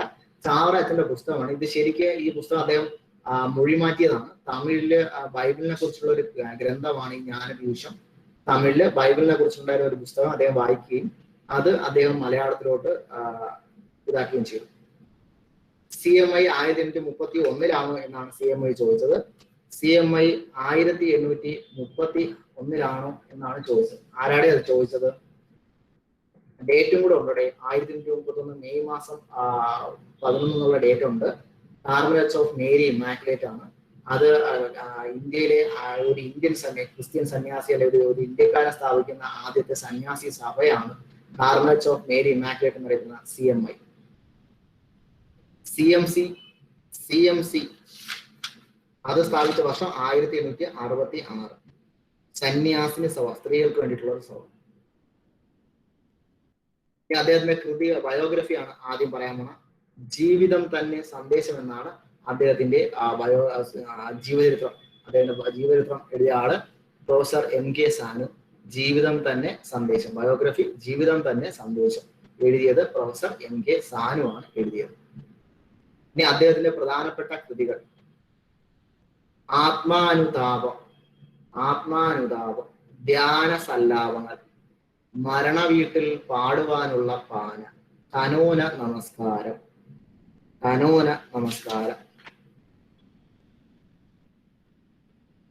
അനസ്താസിയയുടെ രക്തസാക്ഷിത്വം, ഒരു നല്ല അപ്പന്റെ ചാവറുകൾ. ഓക്കെ, ഒരു നല്ല അപ്പന്റെ എഴുതിയിട്ടില്ല അത്. പറയാം. സ്ലൈഡ് കാണുന്നില്ലേ? ഫസ്റ്റ് കാണിച്ച സ്ലൈഡ് പെട്ടെന്ന് പോയില്ല, എഴുതിയിട്ടില്ലായിരുന്നു.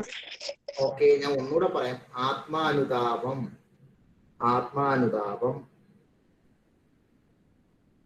ധ്യാനസല്ലാപങ്ങൾ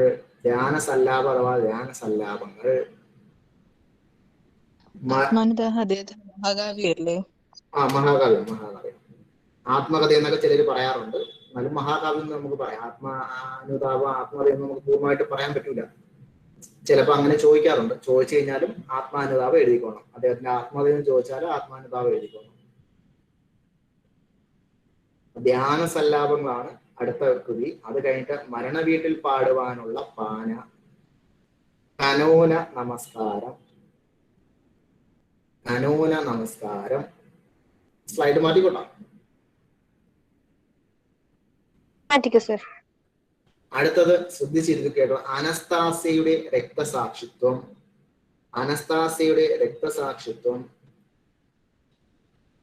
ഒരു നല്ല അപ്പന്റെ ചാവറുകൾ,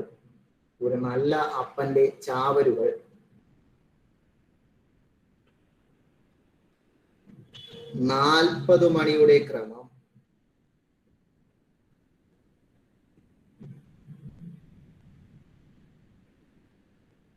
ശവസംസ്കാര ശുശ്രൂഷകൾ,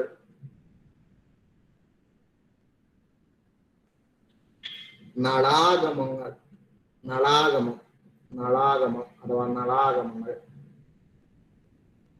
ഭക്തിയില്ലാത്ത പട്ടസുഖക്കാരന്റെ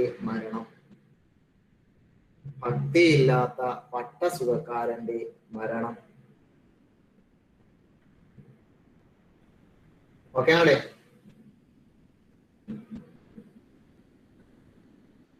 ഓക്കെ ആണോ?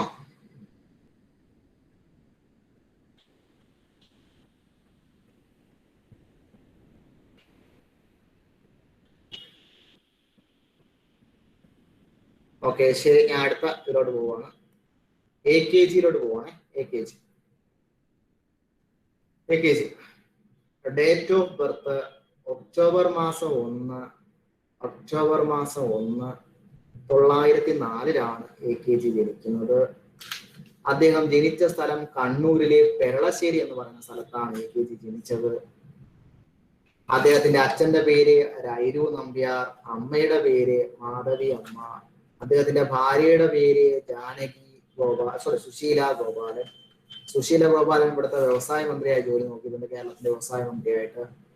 അദ്ദേഹത്തിന്റെ മുഴുവൻ പേര് ആയില്യത്ത് കുറ്റ്യാരി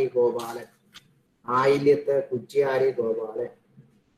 ഒന്നുകൂടെ ഒക്ടോബർ 1 1904 ജനിച്ചു. കണ്ണൂരിലെ പെരളശ്ശേരിയിൽ ജനിച്ചു. രൈരു നമ്പ്യാരുടെയും മാധവി അമ്മയുടെയും മകനാണ്. ആയില്യത്ത് കുറ്റ്യാരി ഗോപാലൻ എന്നാണ് മുഴുവൻ പേര്. വൈഫ് സുശീല ഗോപാലൻ.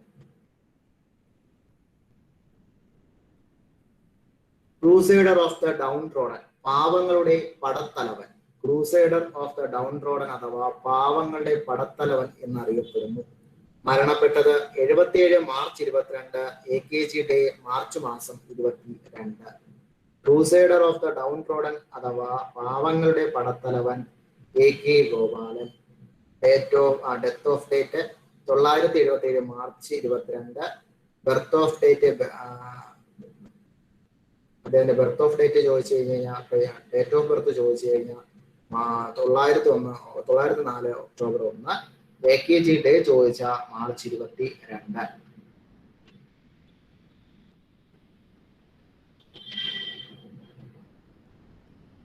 1927 അദ്ദേഹം ഇന്ത്യൻ നാഷണൽ കോൺഫറൻസിൽ ജോയിൻ ചെയ്തു.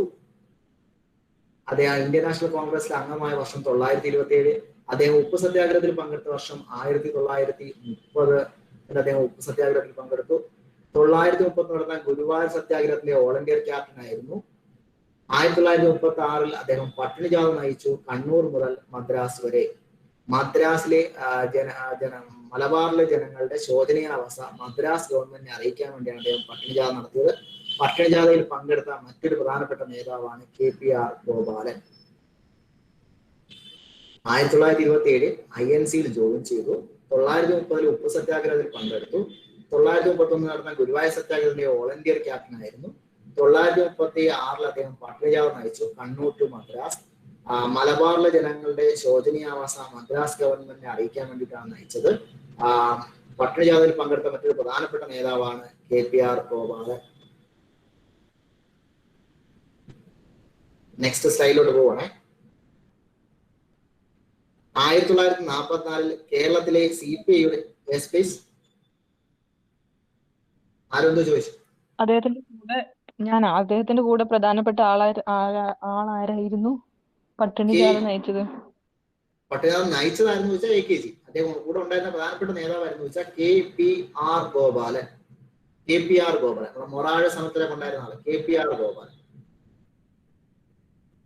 ഓക്കെ. 1944 കേരള CPI-യുടെ സെക്രട്ടറി ആയിട്ട് ജോലി നോക്കി. കേരളത്തിലെ CPI-യുടെ സെക്രട്ടറി ആയിരുന്ന വർഷം 1944. 1947 ഓഗസ്റ്റ് മാസം 15 ഇന്ത്യക്ക് സ്വാതന്ത്ര്യം കിട്ടുന്ന സമയത്ത് അദ്ദേഹം കരുതൽ തടങ്കൽ നിയമപ്രകാരം ജയിലിലായിരുന്നു. ഇതിനെതിരെ അദ്ദേഹം വാദിച്ച് ജയിച്ചു. ആ കേസ് അറിയപ്പെടുന്നത് AK Gopalan versus state of Madras എന്നാണ് ആ ഫേമസ് കേസ് അറിയപ്പെടുന്നത്. കേരളത്തിലെ CPI-യുടെ ഫസ്റ്റ് സെക്രട്ടറി ആയ വർഷം 1944. സ്വാതന്ത്ര്യം കിട്ടുന്ന സമയത്ത് അദ്ദേഹം കരുതൽ തടങ്കൽ നിയമപ്രകാരം അറസ്റ്റ് ചെയ്ത് ജയിലിലായിരുന്നു.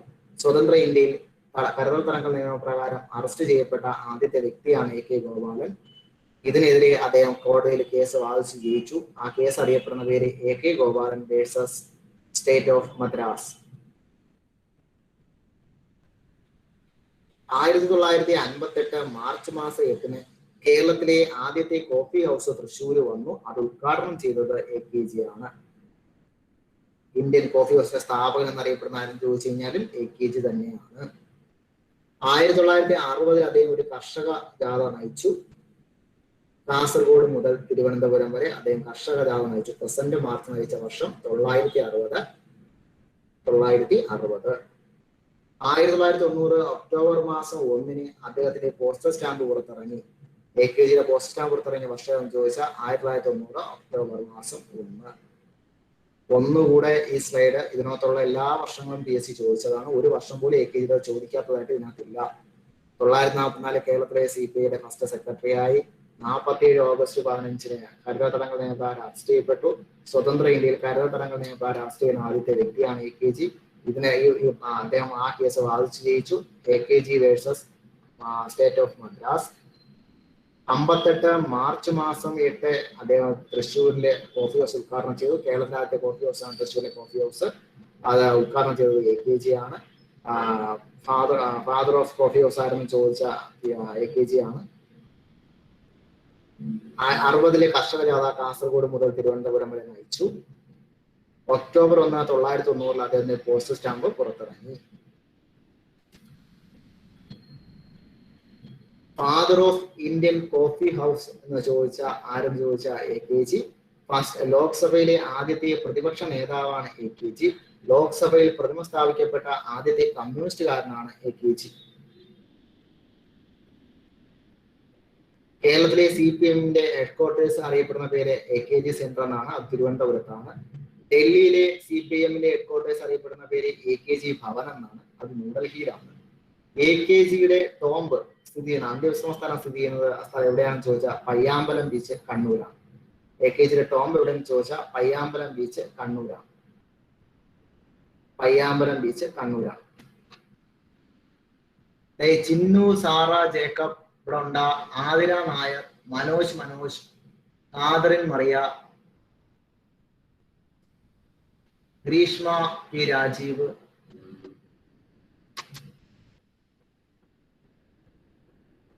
എല്ലാവരും ഇവിടെ ഉണ്ടാടേ. ഒക്കളയിലെ ആരും. ഓക്കെ, ശരി. അപ്പൊ CPM-ന്റെ ഹെഡ്ക്വാർട്ടേഴ്സ് AKG സെന്റർ തിരുവനന്തപുരം. AKG-യുടെ അന്ത്യവിശ്രമ സ്ഥലം പയ്യാമ്പലം ബീച്ച്, തിരുവനന്തപുരം, കണ്ണൂർ. സാർ ഇതിനു മുമ്പ് പറഞ്ഞ അതൊന്ന് പറയോ? Father of Indian coffee house കഴിഞ്ഞിട്ട് പറഞ്ഞത്. Father of Indian coffee house കഴിഞ്ഞിട്ട് ഞാൻ പറഞ്ഞത് ലോക്സഭയിലെ ആദ്യത്തെ പ്രതിപക്ഷ നേതാവ്, ലോക്സഭയിൽ പ്രതിമ സ്ഥാപിക്കപ്പെട്ട ആദ്യത്തെ കമ്മ്യൂണിസ്റ്റുകാരൻ, പിന്നെ CPM-ന്റെ ഹെഡ്ക്വാർട്ടേഴ്സ് AKG ഭവൻ എന്ന് പറഞ്ഞു. അത് ന്യൂഡൽഹിയിലാണ്. AKG സെന്റർ തിരുവനന്തപുരത്തെ CPM-ന്റെ ഹെഡ്ക്വാർട്ടേഴ്സ് ആണ്. അദ്ദേഹത്തിന്റെ അന്ത്യവിശ്രമ സ്ഥലം പയ്യാമ്പലം, കണ്ണൂരാണ്. അദ്ദേഹത്തിന്റെ പ്രതിമ എവിടെ? ഒരുപാട് സ്ഥലത്ത് അദ്ദേഹത്തിന്റെ പ്രതിമ എവിടെയുണ്ട്. പക്ഷെ PSC പ്രതിമ എവിടെയെന്ന് ചോദിച്ചാൽ ആൻസർ ഇന്നേവരെ കൊടുത്തേക്കുന്ന കണ്ണൂരാണെന്നാണ് കൊടുത്തേക്കുന്നത്. അപ്പൊ AKG-യുടെ പ്രതിമ എവിടെയെന്ന് ചോദിച്ചാൽ കണ്ണൂര്. ഇനി AKG-യുടെ കൃതികളിലോട്ട് പോവാണ്. എന്റെ ജീവിത കഥ അദ്ദേഹത്തിന്റെ ഏറ്റവും പ്രധാനപ്പെട്ട കൃതി. അദ്ദേഹത്തിന്റെ ആത്മകഥയുടെ പേരാണ് എന്റെ ജീവിത കഥ. ഭയങ്കര സ്പീഡിൽ പോകണം അല്ലേ? ശരി, ഏതൊരു എത്തി? അല്ല, പറഞ്ഞു പറയട്ടാ, കുഴപ്പമില്ലല്ലോ. എന്റെ ജീവിത കഥയാണ് AKG-യുടെ ആത്മകഥയുടെ പേര്, എന്റെ ജീവിത കഥ. AKG-യുടെ ആത്മകഥയുടെ പേര് എന്റെ ജീവിത കഥ. സ്പീഡ് കൂട്ടണ വേറെ ഒന്നും കൊണ്ടല്ലേ, നിങ്ങളെ എക്സാമിനുള്ള ഇതായിട്ടുണ്ട്. പിന്നെ നമുക്ക് ഏതൊക്കെ ടോപ്പിക്കൊക്കെ തീർക്കണം, PPT കൂടെ ഇട്ടേക്കല്ലോ. അപ്പൊ എന്തെങ്കിലും ആ ഒരു സ്പീഡ് കൂടി പോകുന്നുണ്ടെങ്കിൽ നിങ്ങൾ എന്നോടൊന്ന് പറഞ്ഞാൽ മതി, ഞാൻ നമ്മൾ അഡ്ജസ്റ്റ് ചെയ്യാം. ഡൗട്ട് എന്തെങ്കിലും ഉണ്ടെങ്കിൽ ചോദിക്കണേ. ഓക്കെ, എന്റെ ജീവിത കഥയാണ് അദ്ദേഹത്തിന്റെ ആത്മകഥ. അത് കഴിഞ്ഞിട്ട് എന്റെ പൂർവ്വകാല സ്മരണകൾ, അദ്ദേഹത്തിന് മറ്റ് പ്രധാനപ്പെട്ട കൃതികളാണ്. എന്റെ പൂർവ്വകാല സ്മരണകൾ, എന്റെ ഡയറി, ഹരിജനം, എന്റെ ഉള്ള 3 എണ്ണം. അദ്ദേഹത്തിന്റെ ജീവിതകഥ, എന്റെ ജീവിതകഥ അദ്ദേഹത്തിന്റെ ആത്മകഥയാണ്. എന്റെ പൂർവ്വകാല സ്മരണകൾ അദ്ദേഹത്തിന്റെ പ്രധാനപ്പെട്ട അടുത്ത കൃതിയാണ്. എന്റെ ഡയറി, എന്റെ വരുന്ന 3 എണ്ണം. ഹരിജനം, അടുത്തത് ഹരിജനം. അടുത്ത കൊടുങ്കാറ്റിന്റെ മാറ്റുലി. അത് കഴിഞ്ഞിട്ട് മണ്ണിന് വേണ്ടി ഞാനൊരു പുതിയ ലോകം കണ്ടു. കൊടുങ്കാറ്റിന്റെ മാറ്റുലി, മണ്ണിന് വേണ്ടി ഞാനൊരു പുതിയ ലോകം കണ്ടു. മൊത്തം 7 കൃതി, ആത്മകഥയും കൂടെ ചേർത്ത് 7 കൃതിയാണ് ഞാൻ പറഞ്ഞിട്ടുള്ളൂ. PSC ചോദിച്ച സാധനങ്ങളെ പറഞ്ഞിട്ടുള്ളൂ. ഒന്നുകൂടെ 7 ഞാൻ തിരിച്ചു പറഞ്ഞു. ഞാനൊരു പുതിയ ലോകം കണ്ടു, മണ്ണിന് വേണ്ടി, കൊടുങ്കാറ്റിന്റെ മാറ്റുലി, എന്റെ ജീവിത കഥ, എന്റെ പൂർവ്വകാല സ്മരണകൾ, എന്റെ ഡയറി, ഹരിജനം. എന്റെ ജീവിത കഥയാണ് അദ്ദേഹത്തിന്റെ ആത്മകഥ. അദ്ദേഹത്തിന്റെ ആത്മകഥയാണ് എന്റെ ജീവിത കഥ.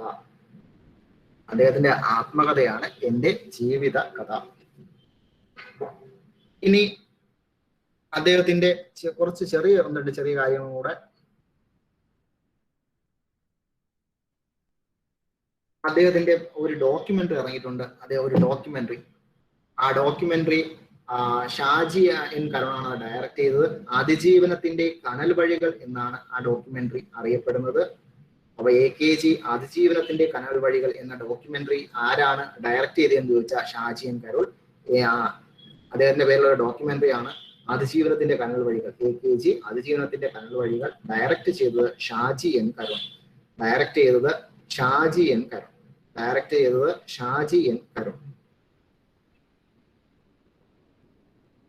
അടുത്തത് അത് AKG എന്ന് പറഞ്ഞ സിനിമ ഡയറക്ട് ചെയ്തിട്ട് ഇറങ്ങിയിട്ടുണ്ട്. ആ AKG എന്ന സിനിമ ഡയറക്ട് ചെയ്ത് ആരും ചോദിച്ചാലും ഷാജി എൻ കരുൺ. AKG എന്ന സിനിമ ഡയറക്ട് ചെയ്ത് ആരും ചോദിച്ചു കഴിഞ്ഞാലും ഷാജി എൻ കരുൺ തന്നെയാണ്. AKG ആയിട്ട് അഭിനയിച്ച ആള് P. ശ്രീകുമാറാണ്. AKG ആയിട്ട് അഭിനയിച്ചത് P. ശ്രീകുമാറാണ്.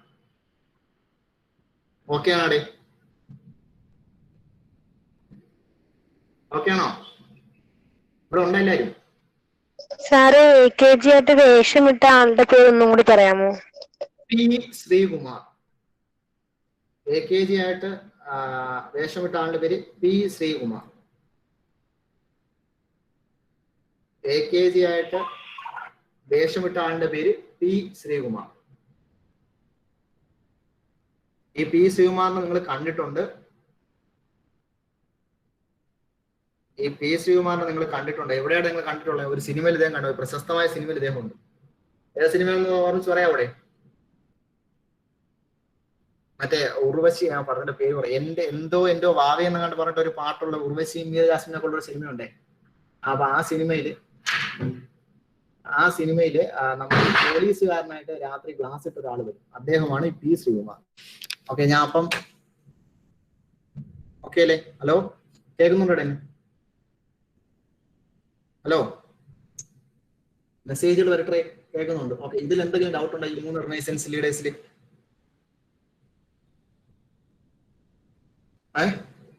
എന്തെങ്കിലും ഡൗട്ട് ഉണ്ടോ? ഇല്ല? ഓക്കെ ആണ്. ഈ 1960 കർഷക ജാഥ നയിച്ചില്ലേ, അത് എവിടെ മുതൽ എവിടെ വരെ എന്ന് പറയാം സാർ? കാസർഗോഡ് മുതൽ തിരുവനന്തപുരം വരെ. Okay sir. അപ്പോഴേ ഇത് 3 നിങ്ങൾക്ക് ഓക്കെ ആണോ? ഈ 3 റിനൈസൻസ് ലീഡേഴ്സ് നിങ്ങൾക്ക് ഓക്കെ ആണോ? ഓക്കെ ആണോ? ഓക്കെ ആണെങ്കിൽ എല്ലാവരും ഒന്ന് മെസ്സേജ് അയച്ചിട്ട്, ഡൗട്ട് ഒന്നും ഇല്ലെങ്കിൽ നമുക്ക് അടുത്ത കേരള ഹിസ്റ്ററി ഞാൻ ഇപ്പൊ തുടങ്ങാൻ പോവാണേ. കേരള ഹിസ്റ്ററി. ഓക്കെ, ശരി. ഞാൻ നിങ്ങളെ വിശ്വസിച്ച് പോവാണേ. ശരി, ഇടയ്ക്ക് എന്തെങ്കിലും ഉണ്ടെങ്കിൽ ചോദിച്ചാൽ മതി.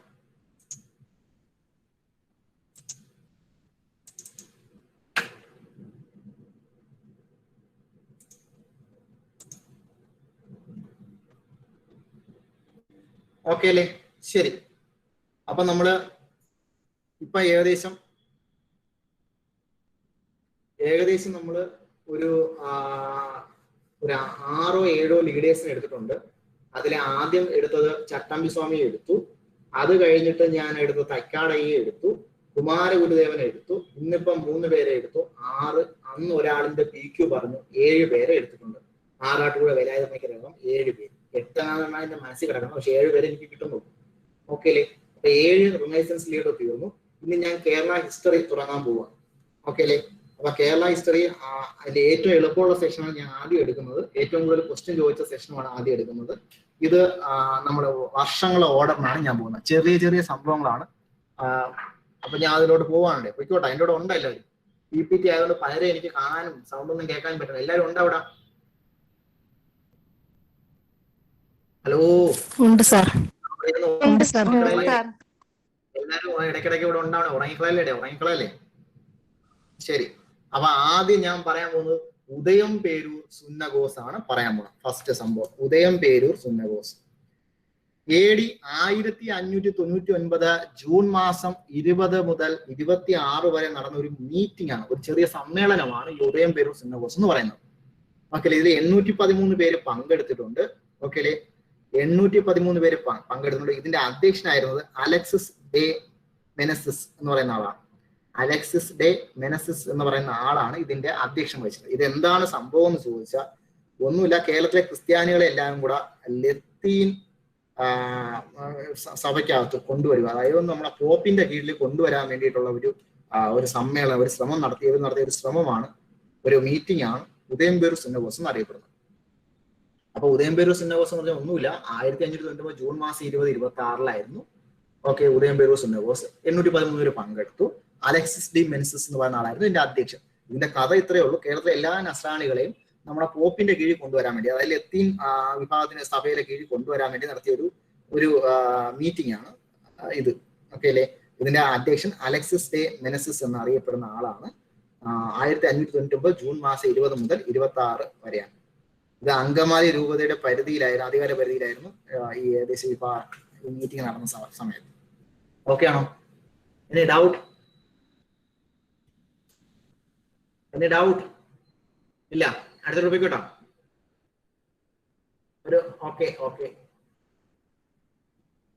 Okay thank you. ശരി, അടുത്തത് കൂനം കുരിശു പ്രതിജ്ഞ അല്ലെങ്കിൽ കൂനം കുരിശ് സത്യാഗ്രഹം. കൂനം കുരിശ് പ്രതിജ്ഞ അഥവാ കൂനം കുരിശ് സത്യാഗ്രഹം AD 1653 2500ഓളം ആൾക്കാർ പങ്കെടുത്ത ഒരു സംഭവമാണ് ഈ കൂനം കുരിശ് സത്യാഗ്രഹം എന്ന് പറയുന്നത്. ഇത് നേരത്തെ ഞാൻ പറഞ്ഞ നമ്മളല്ലേ പോപ്പിന്റെ കീഴിൽ കൊണ്ടുവരാനുണ്ടായിരുന്ന ശ്രമം ഉണ്ടായിരുന്നു. അതിനകത്ത് കുറച്ച് പ്രശ്നങ്ങൾ ഉണ്ടായിരുന്നു. അപ്പൊ അതിനെതിരെ ഈ മാർത്തോമ വിഭാഗത്തിൽപ്പെട്ട ആൾക്കാരെല്ലാവരും കൂടെ നടത്തിയ ഒരു സത്യപ്രതിജ്ഞയാണ് നമ്മുടെ കൂനം കുരിശ് എന്നറിയപ്പെടുന്നത്. ഓക്കെ അല്ലേ? മട്ടാഞ്ചേരിയിലുള്ള ഒരു പഴയ കുരിശിന് മുന്നിൽ അത് അവർ സമ്മേളിച്ചിട്ട് ആ കുരിശിൽ കയറ് കെട്ടി എല്ലാവരും കൂടെ നിന്ന് സത്യം ചെയ്തു, ഞങ്ങൾ പോപ്പിന്റെ കീഴിൽ ആവില്ല എന്ന് പറഞ്ഞ് മാർത്തോമ വിഭാഗക്കാർ ചെയ്ത സത്യപ്രതിജ്ഞയാണ് നമ്മൾ കൂനം കുരിശ് സത്യാഗ്രഹം അഥവാ കൂനം കുരിശ് സത്യം എന്നൊക്കെ അറിയപ്പെടുന്നത്. AD 1653 ഒക്ടോബർ 2500ഓളം പേര് ഇതിൽ പങ്കെടുത്തു. ഇതിനകത്ത് രണ്ടാം കൂനം കുരിശ് സത്യം എന്ന് പറഞ്ഞിട്ട് ഒരു ഡേറ്റ് ഉണ്ട്. അത് കോതമംഗലത്ത് വെച്ചാണ് നടന്നത്, ചെറിയ പള്ളിയാണ് നടന്നത്. ഒക്ടോബർ 6, 2019 നിങ്ങൾ സ്ലൈഡിൽ കാണാം. ഇടയ്ക്ക് കോടതിയിൽ വിധി വന്നു, ഈ പള്ളികൾ അങ്ങോട്ടും ഇങ്ങോട്ടും ഒക്കെ കൊടുക്കാനായിട്ട് കോടതി ഉത്തരവിട്ടായിരുന്നു.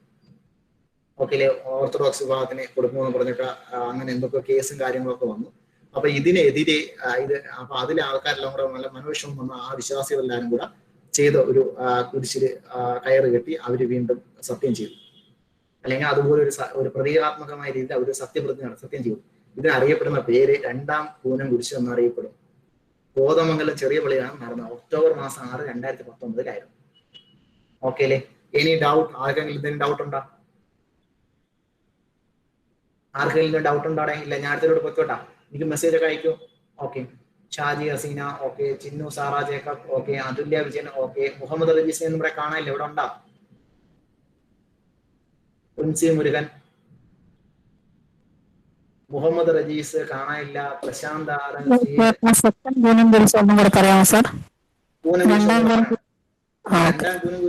ഇടയ്ക്ക് ഇപ്പം ഈ കോടതിയിൽ ഇടയ്ക്ക് ഒരു വിധി വന്നായിരുന്നു, ചില പള്ളികൾ ഏറ്റെടുക്കാനായിട്ട് ഓർത്തഡോക്സ് വിഭാഗത്തിന് ചില പള്ളികൾ വിട്ടുകൊടുക്കാനൊക്കെ പറഞ്ഞിട്ട് ഒരു ഇഷ്യൂ ഉണ്ടായി. ഇതുമായി ബന്ധപ്പെട്ട് നടന്ന ഒരു ഇതാണ് ഒരു കേസ്, ഒരു വഴക്ക് പോലെ വിട്ടുകൊടുക്കാനായിട്ട് സുപ്രീം കോടതി ഉത്തരവ് വന്നു. അതായത് ഈ പള്ളികൾ ഓർത്തഡോക്സ് വിഭാഗത്തിന് വിട്ടുകൊടുക്കുന്നു. അപ്പൊ അതിനെതിരെ മറ്റ് വിശ്വാസികൾ നടത്തിയ ഒരു പ്രതിജ്ഞയാണ്. അവർക്ക് ഭയങ്കരമായിട്ട് അവരുടെ വിശ്വാസത്തിന്റെ പ്രശ്നമായി. അവരെ പ്രിയപ്പെട്ട പള്ളിയായിരുന്നു. അപ്പൊ അതിനെതിരെ അവർക്ക് സഹിക്കാൻ പറ്റാത്ത കേസായിരുന്നു. അവര് എന്ത് ചെയ്തു എന്ന് പറഞ്ഞു കഴിഞ്ഞാൽ സത്യം ചെയ്തു വീണ്ടും ഒന്നേന്ന് ഒരു പ്രതീകാത്മകമായിട്ട് രണ്ടാം കൂനം കുരിശ് എന്നൊക്കെ പേരിൽ അവരൊരു അനൗൺസ്മെന്റ് ഒക്കെ നടത്തി ചെയ്തു. ഇത് ഒക്ടോബർ 6, 2019 കോതമംഗലത്തുള്ള ചെറിയ പള്ളിയിലാണ് ഇവർ ഈ പ്രതീകാത്മകമായിട്ട് ഇത് ചെയ്തത്. ഓക്കെ ആണോ? ശരി, ഓക്കെ സാർ. ശരി. അടുത്തത് 5 തെങ്ങ് കലാപം. സ്ലൈഡ് ഗ്രൂപ്പിൽ ഇടുമോ സാർ എന്ന് പറഞ്ഞാൽ ആതിര ചോദിച്ചിരുന്നു. പറ്റുമെങ്കിൽ ഇടാം, മാക്സിമം ശ്രമിക്കാം ഇടാൻ. ഓക്കെ, 5 തെങ്ങ് കലാപം എല്ലാവർക്കും അറിയാവുന്നതും PSC ഏറ്റവും കൂടുതൽ ചോദിച്ചതുമാണ്. കേരളത്തിൽ ബ്രിട്ടീഷുകാർക്കെതിരെ നടന്ന ഒരു അസംഘടിത സമരമാണ്. ഇതൊരു ഓർഗനൈസ്ഡ് റിവോൾട്ട് അല്ല. ഓക്കെ അല്ലേ? അസംഘടിത സമരം. കേരളത്തിൽ ബ്രിട്ടീഷുകാർക്കെതിരെ നടന്ന ഒരു അസംഘടിത സമരമാണ് 5 തെങ്ങ് കലാപം. 1697 5 തെങ്ങ് കലാപം നടന്നത്. 5 തെങ്ങ് കലാപം നടന്ന വർഷം ചോദിച്ചാൽ 1697. ഇതിന്റെ കാരണം ഒന്നുമില്ല. നമ്മുടെ കുരുമുളകിന്റെ വ്യാപാര കുത്തക ബ്രിട്ടീഷുകാർ പിടിച്ചെടുത്തു. ഇതിനെതിരെ നടന്ന സമരമാണ് 5 തെങ്ങ് കലാപം.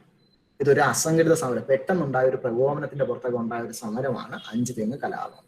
5 തെങ്ങ് കലാപ സമയത്ത് 5 തെങ്ങ് ആറ്റിങ്ങൽ റാണിയുടെ നിയന്ത്രണത്തിലായിരുന്നു. പക്ഷേ 5 തെങ്ങും ആറ്റിങ്ങലും വേണാട് നാട്ടുരാജ്യത്തിന്റെ ഭാഗമായിരുന്നു. ആറ്റിങ്ങലിന് സ്വതന്ത്ര അധികാരം ഉണ്ടായിരുന്നു.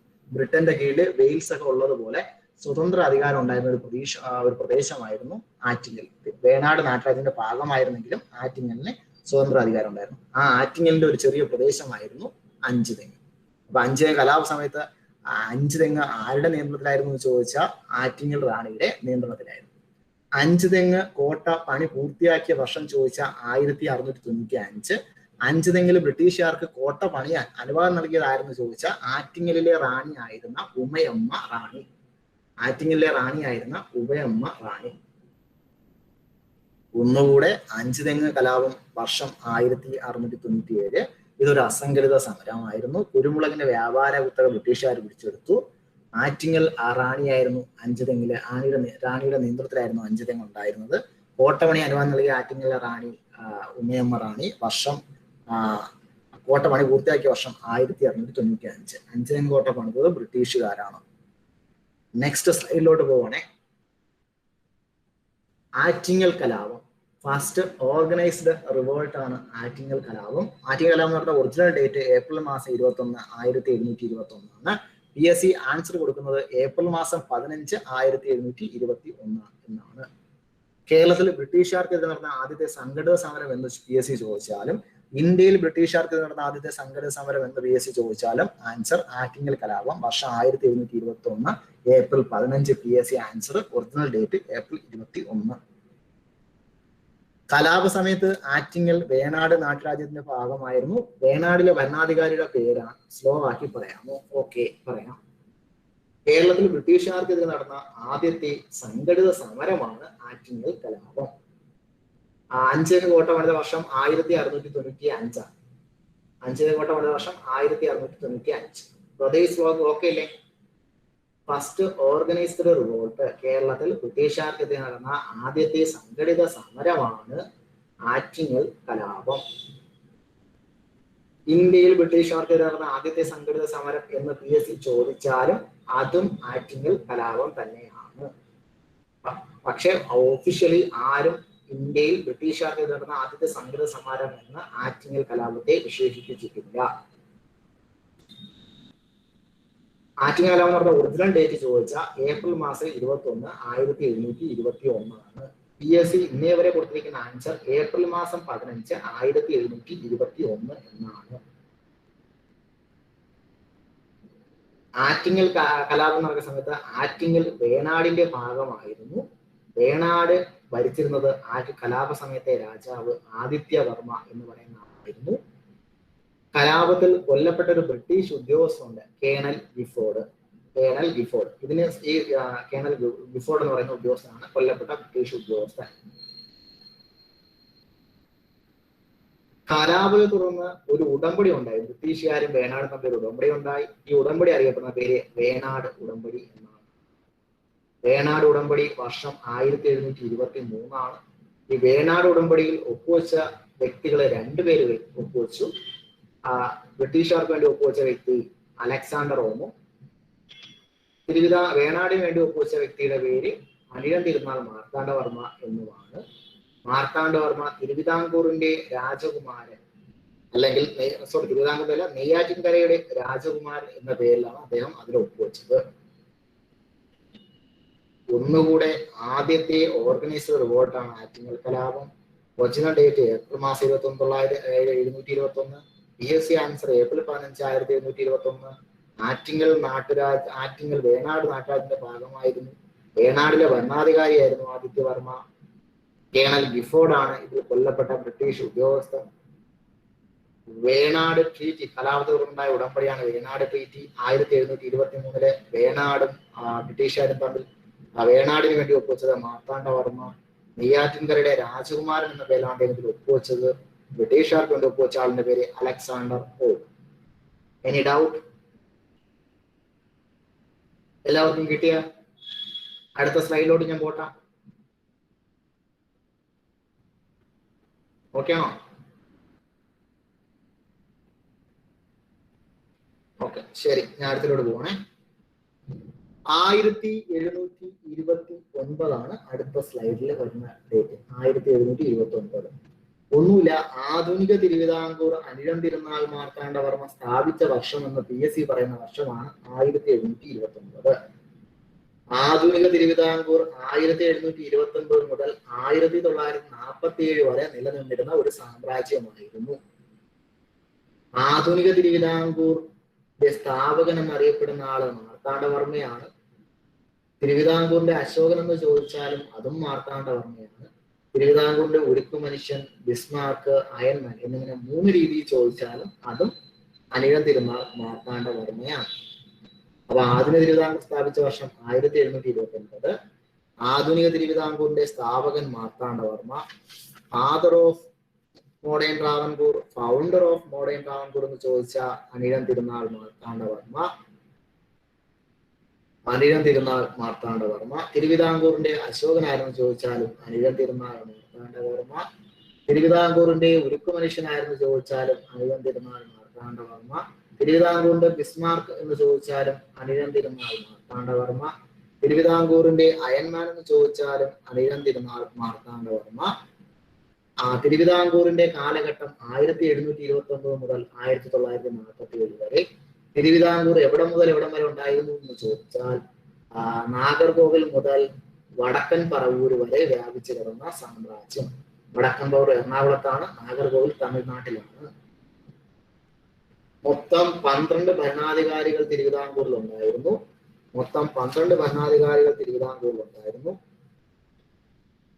അതിൽ 3 പേർ സ്ത്രീകളായിരുന്നു. മൊത്തം 3 പേര് സ്ത്രീകളായിരുന്നു. 12 ഭരണാധികാരികളിൽ 3 പേര് സ്ത്രീകളായിരുന്നു. ഒന്നുകൂടെ പറയാലോ. തിരുവിതാംകൂറിൽ മൊത്തം 12 ഭരണാധികാരികൾ, അതിൽ 3 പേര് സ്ത്രീകളായിരുന്നു. നാഗർകോവിൽ മുതൽ വടക്കൻ പറവൂർ വരെ വ്യാപിച്ചു കിടന്ന സാമ്രാജ്യമാണ് തിരുവിതാംകൂർ. തിരുവിതാംകൂർ 1729 മുതൽ 1947 വരെ നിലനിന്നിരുന്ന ഒരു സാമ്രാജ്യമാണ്. തിരുവിതാംകൂർ സ്ഥാപിച്ച വർഷം 1729 തിരുവിതാംകൂറിന്റെ സ്ഥാപകൻ, ഫൗണ്ടർ, ഫാദർ എന്നൊക്കെ അറിയപ്പെടുന്നത് ആരെന്ന് ചോദിച്ചാൽ അത് അനിഴം തിരുനാൾ മാർത്താണ്ഡവർമ്മയാണ്. തിരുവിതാംകൂറിന്റെ അശോകൻ ആരെന്ന് ചോദിച്ചാലും അനിഴം തിരുനാൾ മാർത്താണ്ഡവർമ്മയാണ്. തിരുവിതാംകൂറിന്റെ ഉരുക്കു മനുഷ്യൻ, അയൺമാൻ, ബിസ്മാർക്ക് എന്നീ 3 രീതിയിലും PSC ചോദിച്ചിട്ടുണ്ട്. ഇത് 3നും ഒറ്റ ആൻസർ അനിഴം തിരുനാൾ മാർത്താണ്ഡവർമ്മ. സെമീന ഫൈസൽ ഓക്കെ ആണോ? സർ ആ വർഷം എന്ന് പറയാ ഏത് മുതൽ ഏത് വരെയാണെന്ന്? 1729 to 1947. 1729 to 1947. ഓക്കെ, ഞാൻ അടുത്ത സ്ലൈഡിലോട്ട് പോവാണേ. ഇതിന്റെ കൂടെ തന്നെയുള്ള ചെറിയ വ്യാപിച്ചു കിടക്കുന്നത് എവിടെയെന്ന് പറയൂ. അവര് നല്ല സ്ട്രോങ് ആയിരുന്ന സമയത്ത് അവര് നാഗർകോവിൽ മുതൽ എറണാകുളം ജില്ലയിലെ വടക്കൻ പറവൂർ, നോർത്ത് പറവൂർ എന്ന് പറയുന്ന സ്ഥലം വരെ ഉണ്ടായിരുന്നു എന്നാണ് പറയപ്പെടുന്നത്. ഓക്കെ, ഞാൻ അടുത്ത സ്ലൈഡിലോട്ട് പോയിക്കോട്ടെ.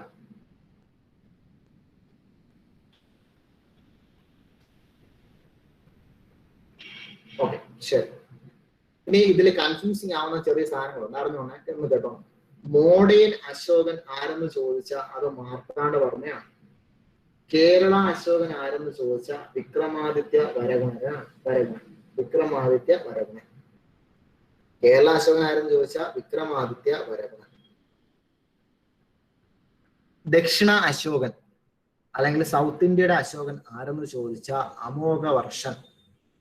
2ാം അശോകൻ എന്നറിയപ്പെടുന്ന രാജാവ് ആരെന്ന് ചോദിച്ചാൽ കനിഷ്കൻ. 2ാം അശോകൻ ആരെന്ന് ചോദിച്ചാൽ കനിഷ്കൻ. മോഡേൺ അശോകൻ ആരെന്ന് ചോദിച്ചാൽ ആധുനിക അശോകൻ ആരെന്ന് ചോദിച്ചാൽ മാർത്താണ്ഡവർമ്മ. കേരള അശോകൻ ആരെന്ന് ചോദിച്ചാൽ വിക്രമാദിത്യ വരഗുണൻ. ദക്ഷിണ അശോകൻ ആരെന്ന് ചോദിച്ചാൽ അമോഘവർഷൻ. 2ാം അശോകൻ ആരെന്ന് ചോദിച്ചാൽ കനിഷ്കൻ.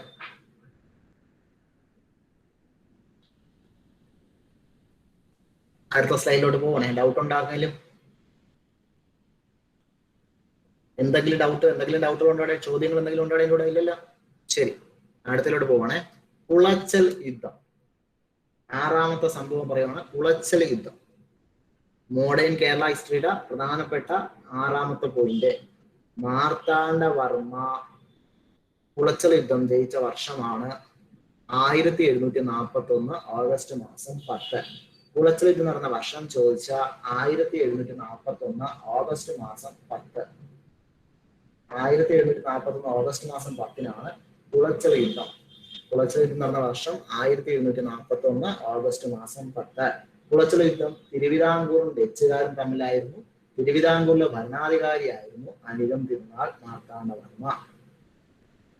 ഇതിന്റെ പ്രത്യേകത ഇന്ത്യയിൽ ആദ്യമായി ഒരു യൂറോപ്യൻ ശക്തി, ഒരു യൂറോപ്യൻ പവറിനെ ഒരു ഇന്ത്യയിലെ ഒരു നാട്ടുരാജ്യം പരാജയപ്പെടുത്തി ആ യുദ്ധമാണ് കുളച്ചൽ യുദ്ധം. തിരുവിതാംകൂറിലെ രാജാവായിരുന്നു അനിഴം തിരുനാൾ മാർത്താണ്ഡ വർമ്മ.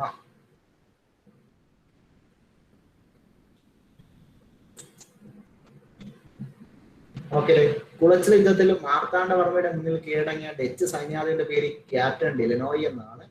അദ്ദേഹത്തിന്റെ യുദ്ധപാഠം കണ്ട മാർത്താണ്ഡവർമ്മ ഇദ്ദേഹത്തെ തന്റെ ഒപ്പം കൂട്ടി അദ്ദേഹത്തിന് ഒരു സ്ഥാനപ്പേര് നൽകി വലിയ കപ്പിത്താൻ. നാവികപ്പടയുടെ ജോലിയൊക്കെ ഏൽപ്പിച്ചു, സ്ഥാനപ്പേര് കൊടുത്തു വലിയ കപ്പിത്താൻ.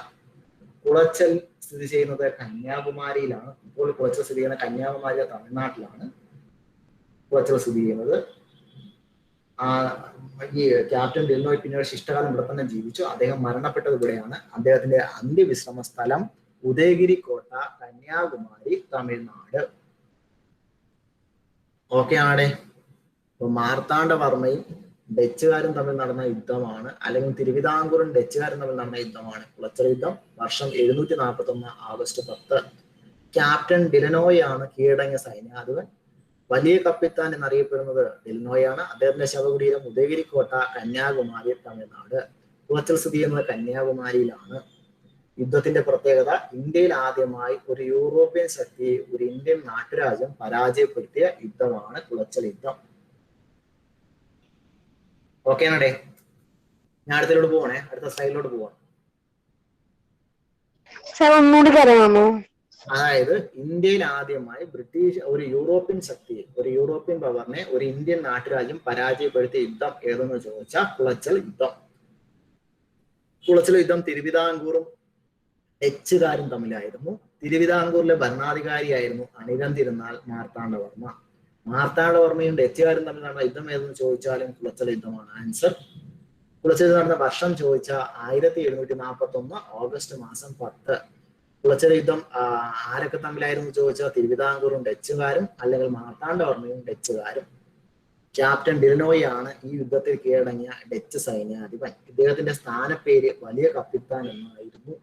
ഇയാളുടെ അന്ത്യവിശ്രമ സ്ഥലം ഉദയഗിരി കോട്ട, കന്യാകുമാരി, തമിഴ്നാട്. കുളച്ചൽ ഇപ്പോൾ സ്ഥിതി ചെയ്യുന്നത് തമിഴ്നാട്ടിലാണ്. കുളച്ചൽ തമിഴ്നാട്ടിലെ കന്യാകുമാരിയിലാണ്. ഉദയഗിരി കോട്ടയിലാണ് അദ്ദേഹത്തിന്റെ അന്ത്യവിശ്രമ സ്ഥലം. വലിയ കപ്പിത്താൻ എന്നറിയപ്പെടുന്ന നമ്മുടെ ഡിലനോയുടെ അന്ത്യവിശ്രമ സ്ഥലം. ഇന്ത്യയിൽ ആദ്യമായി ഒരു യൂറോപ്യൻ ശക്തിയെ പരാജയപ്പെടുത്തിയ യുദ്ധമാണ് കുളച്ചൽ യുദ്ധം. ഓക്കെ ആണ്, ഏഴത്തിനോട് പോയിക്കോട്ടോ. ഫസ്റ്റ് തൃപ്പടിദാനം, ഒന്നാം തൃപ്പടിദാനം അഥവാ ഒന്നാം തൃപ്പടിദാനം അഥവാ വെറും തൃപ്പടിദാനം എന്ന് ചോദിച്ച വർഷം 1750 ജനുവരി മാസം 3. 1750 ജനുവരി മാസം 3-നാണ് ഒന്നാം തൃപ്പടിദാനം നടന്ന വർഷം ചോദിച്ച 1750 ജനുവരി മാസം 3. തൃപ്പടിദാനം നടത്തിയ ഭരണാധികാരി മാർത്താണ്ഡവർമ്മയാണ്. മാർത്താണ്ഡവർമ്മ തന്റെ രാജ്യം പത്മനാഭസ്വാമിക്ക് സമർപ്പിച്ച സംഭവമാണ് തൃപ്പടിദാനം എന്നറിയപ്പെടുന്നത്. മാർത്താണ്ഡവർമ്മ തന്റെ രാജ്യം പത്മനാഭസ്വാമി സമർപ്പിച്ചിട്ട് ഒരു സത്യം ചെയ്തു, ഭഗവാനെ ഞാൻ അവിടുത്തെ ദാസനായിട്ട് തിരുവിതാംകൂർ രാജ്യം ഭരിച്ചുകൊള്ളാം. ഈ സത്യം അറിയപ്പെടുന്ന പേരാണ് തൃപ്പടിദാനം. അപ്പൊ ഒന്നാം തൃപ്പടിദാനം നടന്ന വർഷം 1780 ജനുവരി മാസം 3. 1750 ജനുവരി മാസം 3 മാർത്താണ്ഡവർമ്മയായിരുന്നു തിരുവിതാംകൂർ ഭരണാധികാരി. ഇദ്ദേഹത്തെ ഈ തൃപ്പടിദാനത്തെ തുടർന്ന് തിരുവിതാംകൂർ രാജാക്കന്മാർ അറിയപ്പെട്ട പേരാണ് പത്മനാഭദാസന്മാർ. തിരുവിതാംകൂർ രാജാക്കന്മാർ അറിയപ്പെടുന്ന പേരാണ് പത്മനാഭദാസന്മാർ.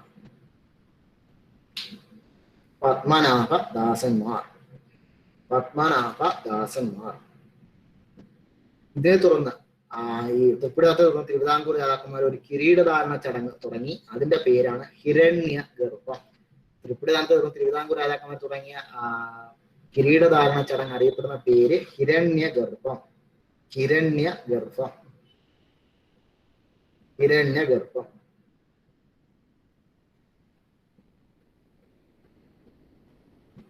രണ്ടാം തൃപ്പടിദാനം വർഷം 1766 ഭരണാധികാരി ധർമ്മരാജ അഥവാ കാർത്തിക തിരുനാൾ രാമവർമ്മ. എന്നറിയപ്പെടുന്ന ധർമ്മരാജയാണ് രണ്ടാം തൃപ്പടിദാനം നടത്തിയ ഭരണാധികാരി. ഓക്കെ ആണോ? Any doubt?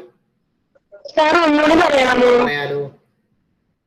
തൃപ്പടിദാനം എന്ന് ചോദിച്ചാലും ഒന്നാം തൃപ്പടിദാനം എന്ന് ചോദിച്ചാലും വർഷം 1750 ജനുവരി മാസം 3. ഭരണാധികാരി അനിഴം തിരുനാൾ മാർത്താണ്ഡവർമ്മ. തൃപ്പടിദാനത്ത് തുടർന്ന് തിരുവിതാംകൂർ രാജാക്കന്മാർ അറിയപ്പെടുന്ന പേര് പത്മനാഭദാസന്മാർ. മാർത്താണ്ഡവർമ്മ തന്റെ രാജ്യം പത്മനാഭസ്വാമിക്ക് സമർപ്പിച്ചിട്ട് അദ്ദേഹത്തിന്റെ പത്മനാഭസ്വാമിയുടെ ദാസനായി തിരുവിതാംകൂർ രാജ്യം അദ്ദേഹം മാർത്താണ്ഡവർമ്മയും തന്റെ പിൻഗാമികളും പത്മനാഭസ്വാമിയുടെ ദാസന്മാരായിട്ട് തിരുവിതാംകൂർ രാജ്യം ഭരിച്ചുകൊള്ളാമെന്നത് സത്യമാണ് തൃപ്പടിദാനം എന്നറിയപ്പെടുന്നത്. വർഷം 750 ജനുവരി 3. ഭരണാധികാരി അനിഴം തിരുനാൾ മാർത്താണ്ഡവർമ്മ. തൃപ്പടിദാനത്തെ തുടർന്ന് തിരുവിതാംകൂർ രാജാക്കന്മാർ അറിയപ്പെട്ട പേരാണ് പത്മനാഭദാസന്മാർ. തൃപ്പടിദാനത്തെ തുടർന്ന് തിരുവിതാംകൂർ രാജാക്കന്മാരുടെ കിരീടധാരണ ചടങ്ങ് അറിയപ്പെട്ട പേര് ഹിരണ്യഗർഭം എന്നിങ്ങനെ അറിയപ്പെട്ടു. രണ്ടാം തൃപ്പടിദാനം വർഷം 1766. ഭരണാധികാരിയായിരുന്നത് കാർത്തിക തിരുനാൾ രാമവർമ്മ എന്നറിയപ്പെടുന്ന കാർത്തിക തിരുനാൾ രാമവർമ്മ എന്ന ഒറിജിനൽ പേരുണ്ടായിരുന്ന ധർമ്മരാജാവാണ് രണ്ടാം തൃപ്പടിദാനം നടത്തിയത്. വർഷം 1766 1766. ഓക്കെ, അടുത്തോട്ട് പോയിക്കോട്ടാ. സമയമുണ്ട്, നമുക്ക് ഇനി ഒരു 9-10 മിനിറ്റ് ഉണ്ട്. നമുക്ക് രണ്ട് ചെറിയ കാര്യങ്ങളെ പറയാം. എല്ലാവരും ഫോൺ നമ്പറൊക്കെ അയക്കുന്നുണ്ട്, ഞാൻ കാണുന്നുണ്ട്. ഓക്കെ, അടുത്തതിലോട്ട് പോവാണ്. എനി ഡൗട്ട്, എന്തെങ്കിലും ഡൗട്ട് ഉണ്ടെങ്കിൽ ചോദിക്കണേ. ഓക്കെ, ഞാൻ അടുത്തതിലോട്ട് പോവാണ്. അടുത്ത വളരെ ഇമ്പോർട്ടന്റ് ആണ്, ശ്രദ്ധിച്ചിരിക്കണേ. 1755 അവസാന മാമാങ്കം നടന്ന വർഷമാണ് 1755. അപ്പൊ മോഡേൺ ഹിസ്റ്ററിയിൽ വളരെ ഇമ്പോർട്ടന്റ് ആയിട്ട് വർഷം 1755 അവസാന മാമാങ്കം. അപ്പൊ മാമാങ്കം എന്ന് പറയുന്നത് 12 വർഷത്തിലൊരിക്കല് ഭാരതപ്പുഴയുടെ തീരത്തുള്ള തിരുനാവായിൽ നടന്ന ഒരു ഉത്സവമായിരുന്നു മാമാങ്കം. ഈ മാമാങ്കം തുടങ്ങിയ ഭരണാധികാരി രാജശേഖരവർമ്മൻ അഥവാ നമ്മുടെ ചേരമൻ പെരുമാൾ എന്നറിയപ്പെടുന്ന കുലശേഖര രാജാവാണ് ഈ മാമാങ്കം തുടങ്ങിയത്. മാമാങ്കം 12 ദിവസം നീണ്ടുനിന്ന ഒരു ഉത്സവമായിരുന്നു. ഓക്കെ, 12 വർഷത്തിലേക്ക് നടന്ന ഉത്സവമായിരുന്നു. 28 ദിവസം ഇത് നീണ്ടുനിന്നിരുന്നു. മാമാങ്കം നടന്ന സ്ഥലം തിരുനാവായ, ഭാരതപ്പുഴ, ഇപ്പൊ മലപ്പുറം ജില്ലയിലാണ് ഈ സ്ഥലം ഉള്ളത്.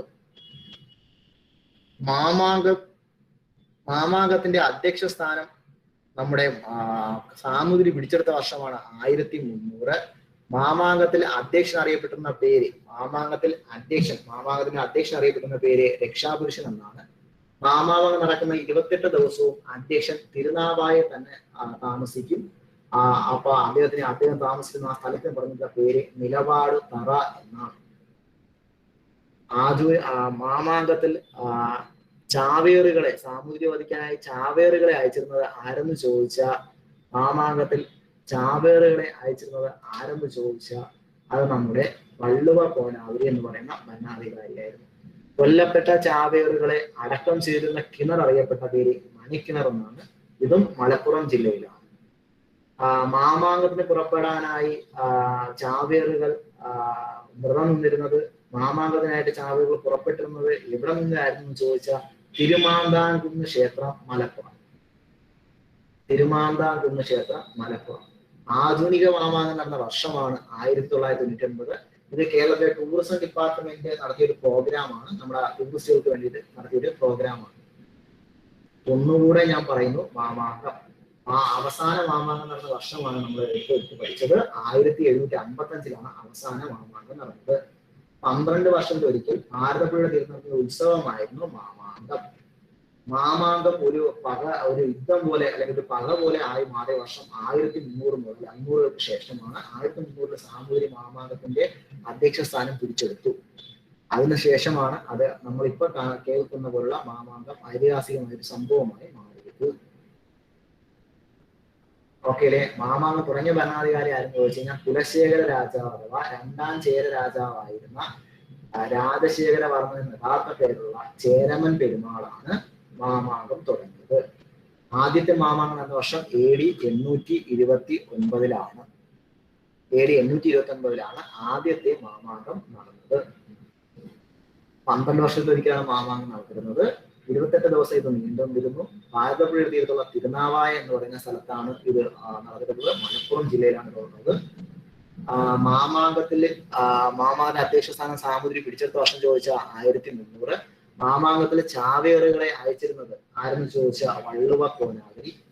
കൊല്ലപ്പെട്ട ചാവേറുകളെ അടക്കം തീർന്ന കിണർ മണിക്കിണർ മലപ്പുറം ജില്ലയിൽ തന്നെയാണ്. ഈ ചാവേറുകൾ മാമാങ്കത്തിന് വ്രതം നിന്നിരുന്നതും ചാവേറുകൾ മാമാങ്കത്തിനായി പുറപ്പെട്ടിരുന്നതും തിരുമാന്താംകുന്ന് ക്ഷേത്രത്തിൽ നിന്നായിരുന്നു എന്ന് പറയപ്പെടുന്നു. ഇതും സ്ഥിതി ചെയ്യുന്നത് മലപ്പുറം ജില്ലയിലാണ്. അവസാന മാമാങ്കങ്ങളുടെ വർഷം 1755. ടിപ്പുവിന്റെ ആക്രമണത്തെ തുടർന്നാണ് എന്ന് പറയപ്പെടുന്നു മാമാങ്കം അവസാനിക്കാൻ കാരണം.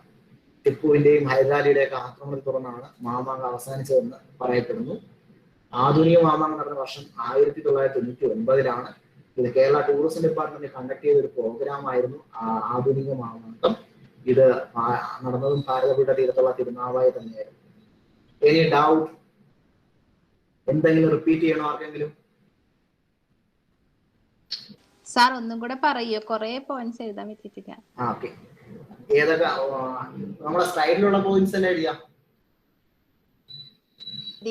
മറ്റേ ചാവേറുകളെ അയക്കുന്നത് ആരാന്നൊക്കെ പറഞ്ഞില്ലേ? പിന്നെ ഇത് തുടങ്ങി വെച്ചത് മാമാങ്കം തുടങ്ങി വെച്ചത് AD 829 ചേരമൻ പെരുമാളിന്റെ കാലത്താണ്. ചേരമൻ പെരുമാൾ എന്നറിയുക. അദ്ദേഹത്തിന്റെ യഥാർത്ഥ പേര് രാജശേഖര വർമ്മൻ എന്നാണ്. അദ്ദേഹം കുലശേഖര രാജാവായിരുന്നു.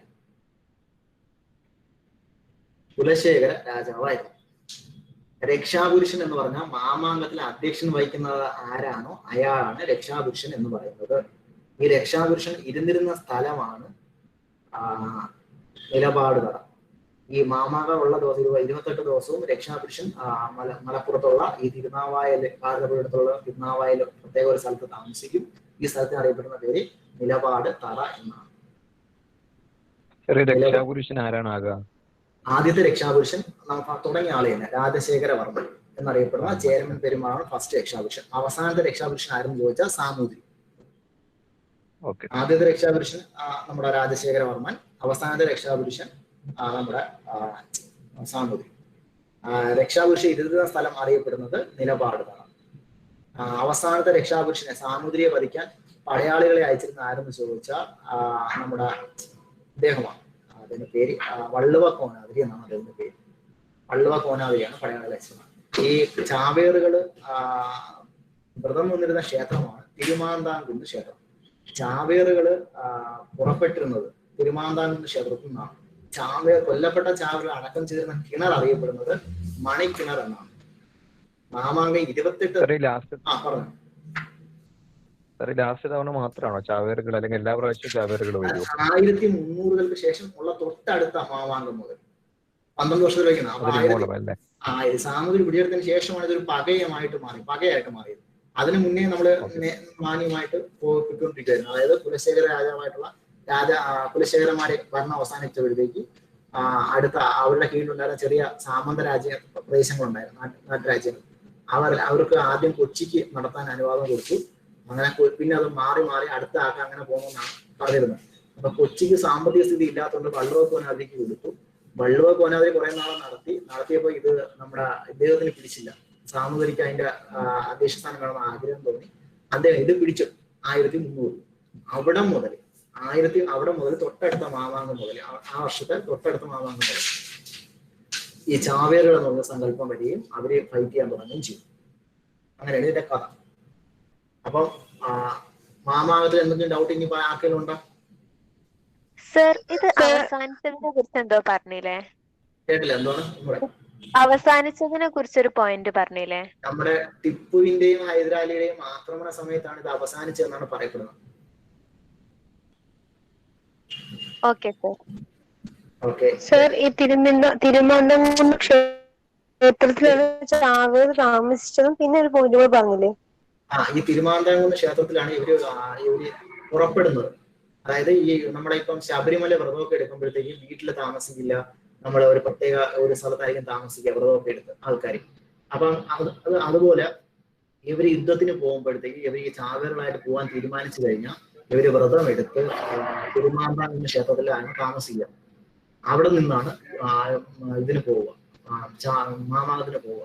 അപ്പൊ അതുകൊണ്ട് പറയുന്ന PSC പറയുന്നത് ഇങ്ങനെയാണ്: തിരുമാന്താംകുന്ന് എവിടെ നിന്നാണ് ചാവേറുകൾ മാമാങ്കത്തിനായി പുറപ്പെട്ടിരുന്നതെന്ന് ചോദിച്ചാൽ തിരുമാന്താംകുന്ന് ക്ഷേത്രത്തിൽ.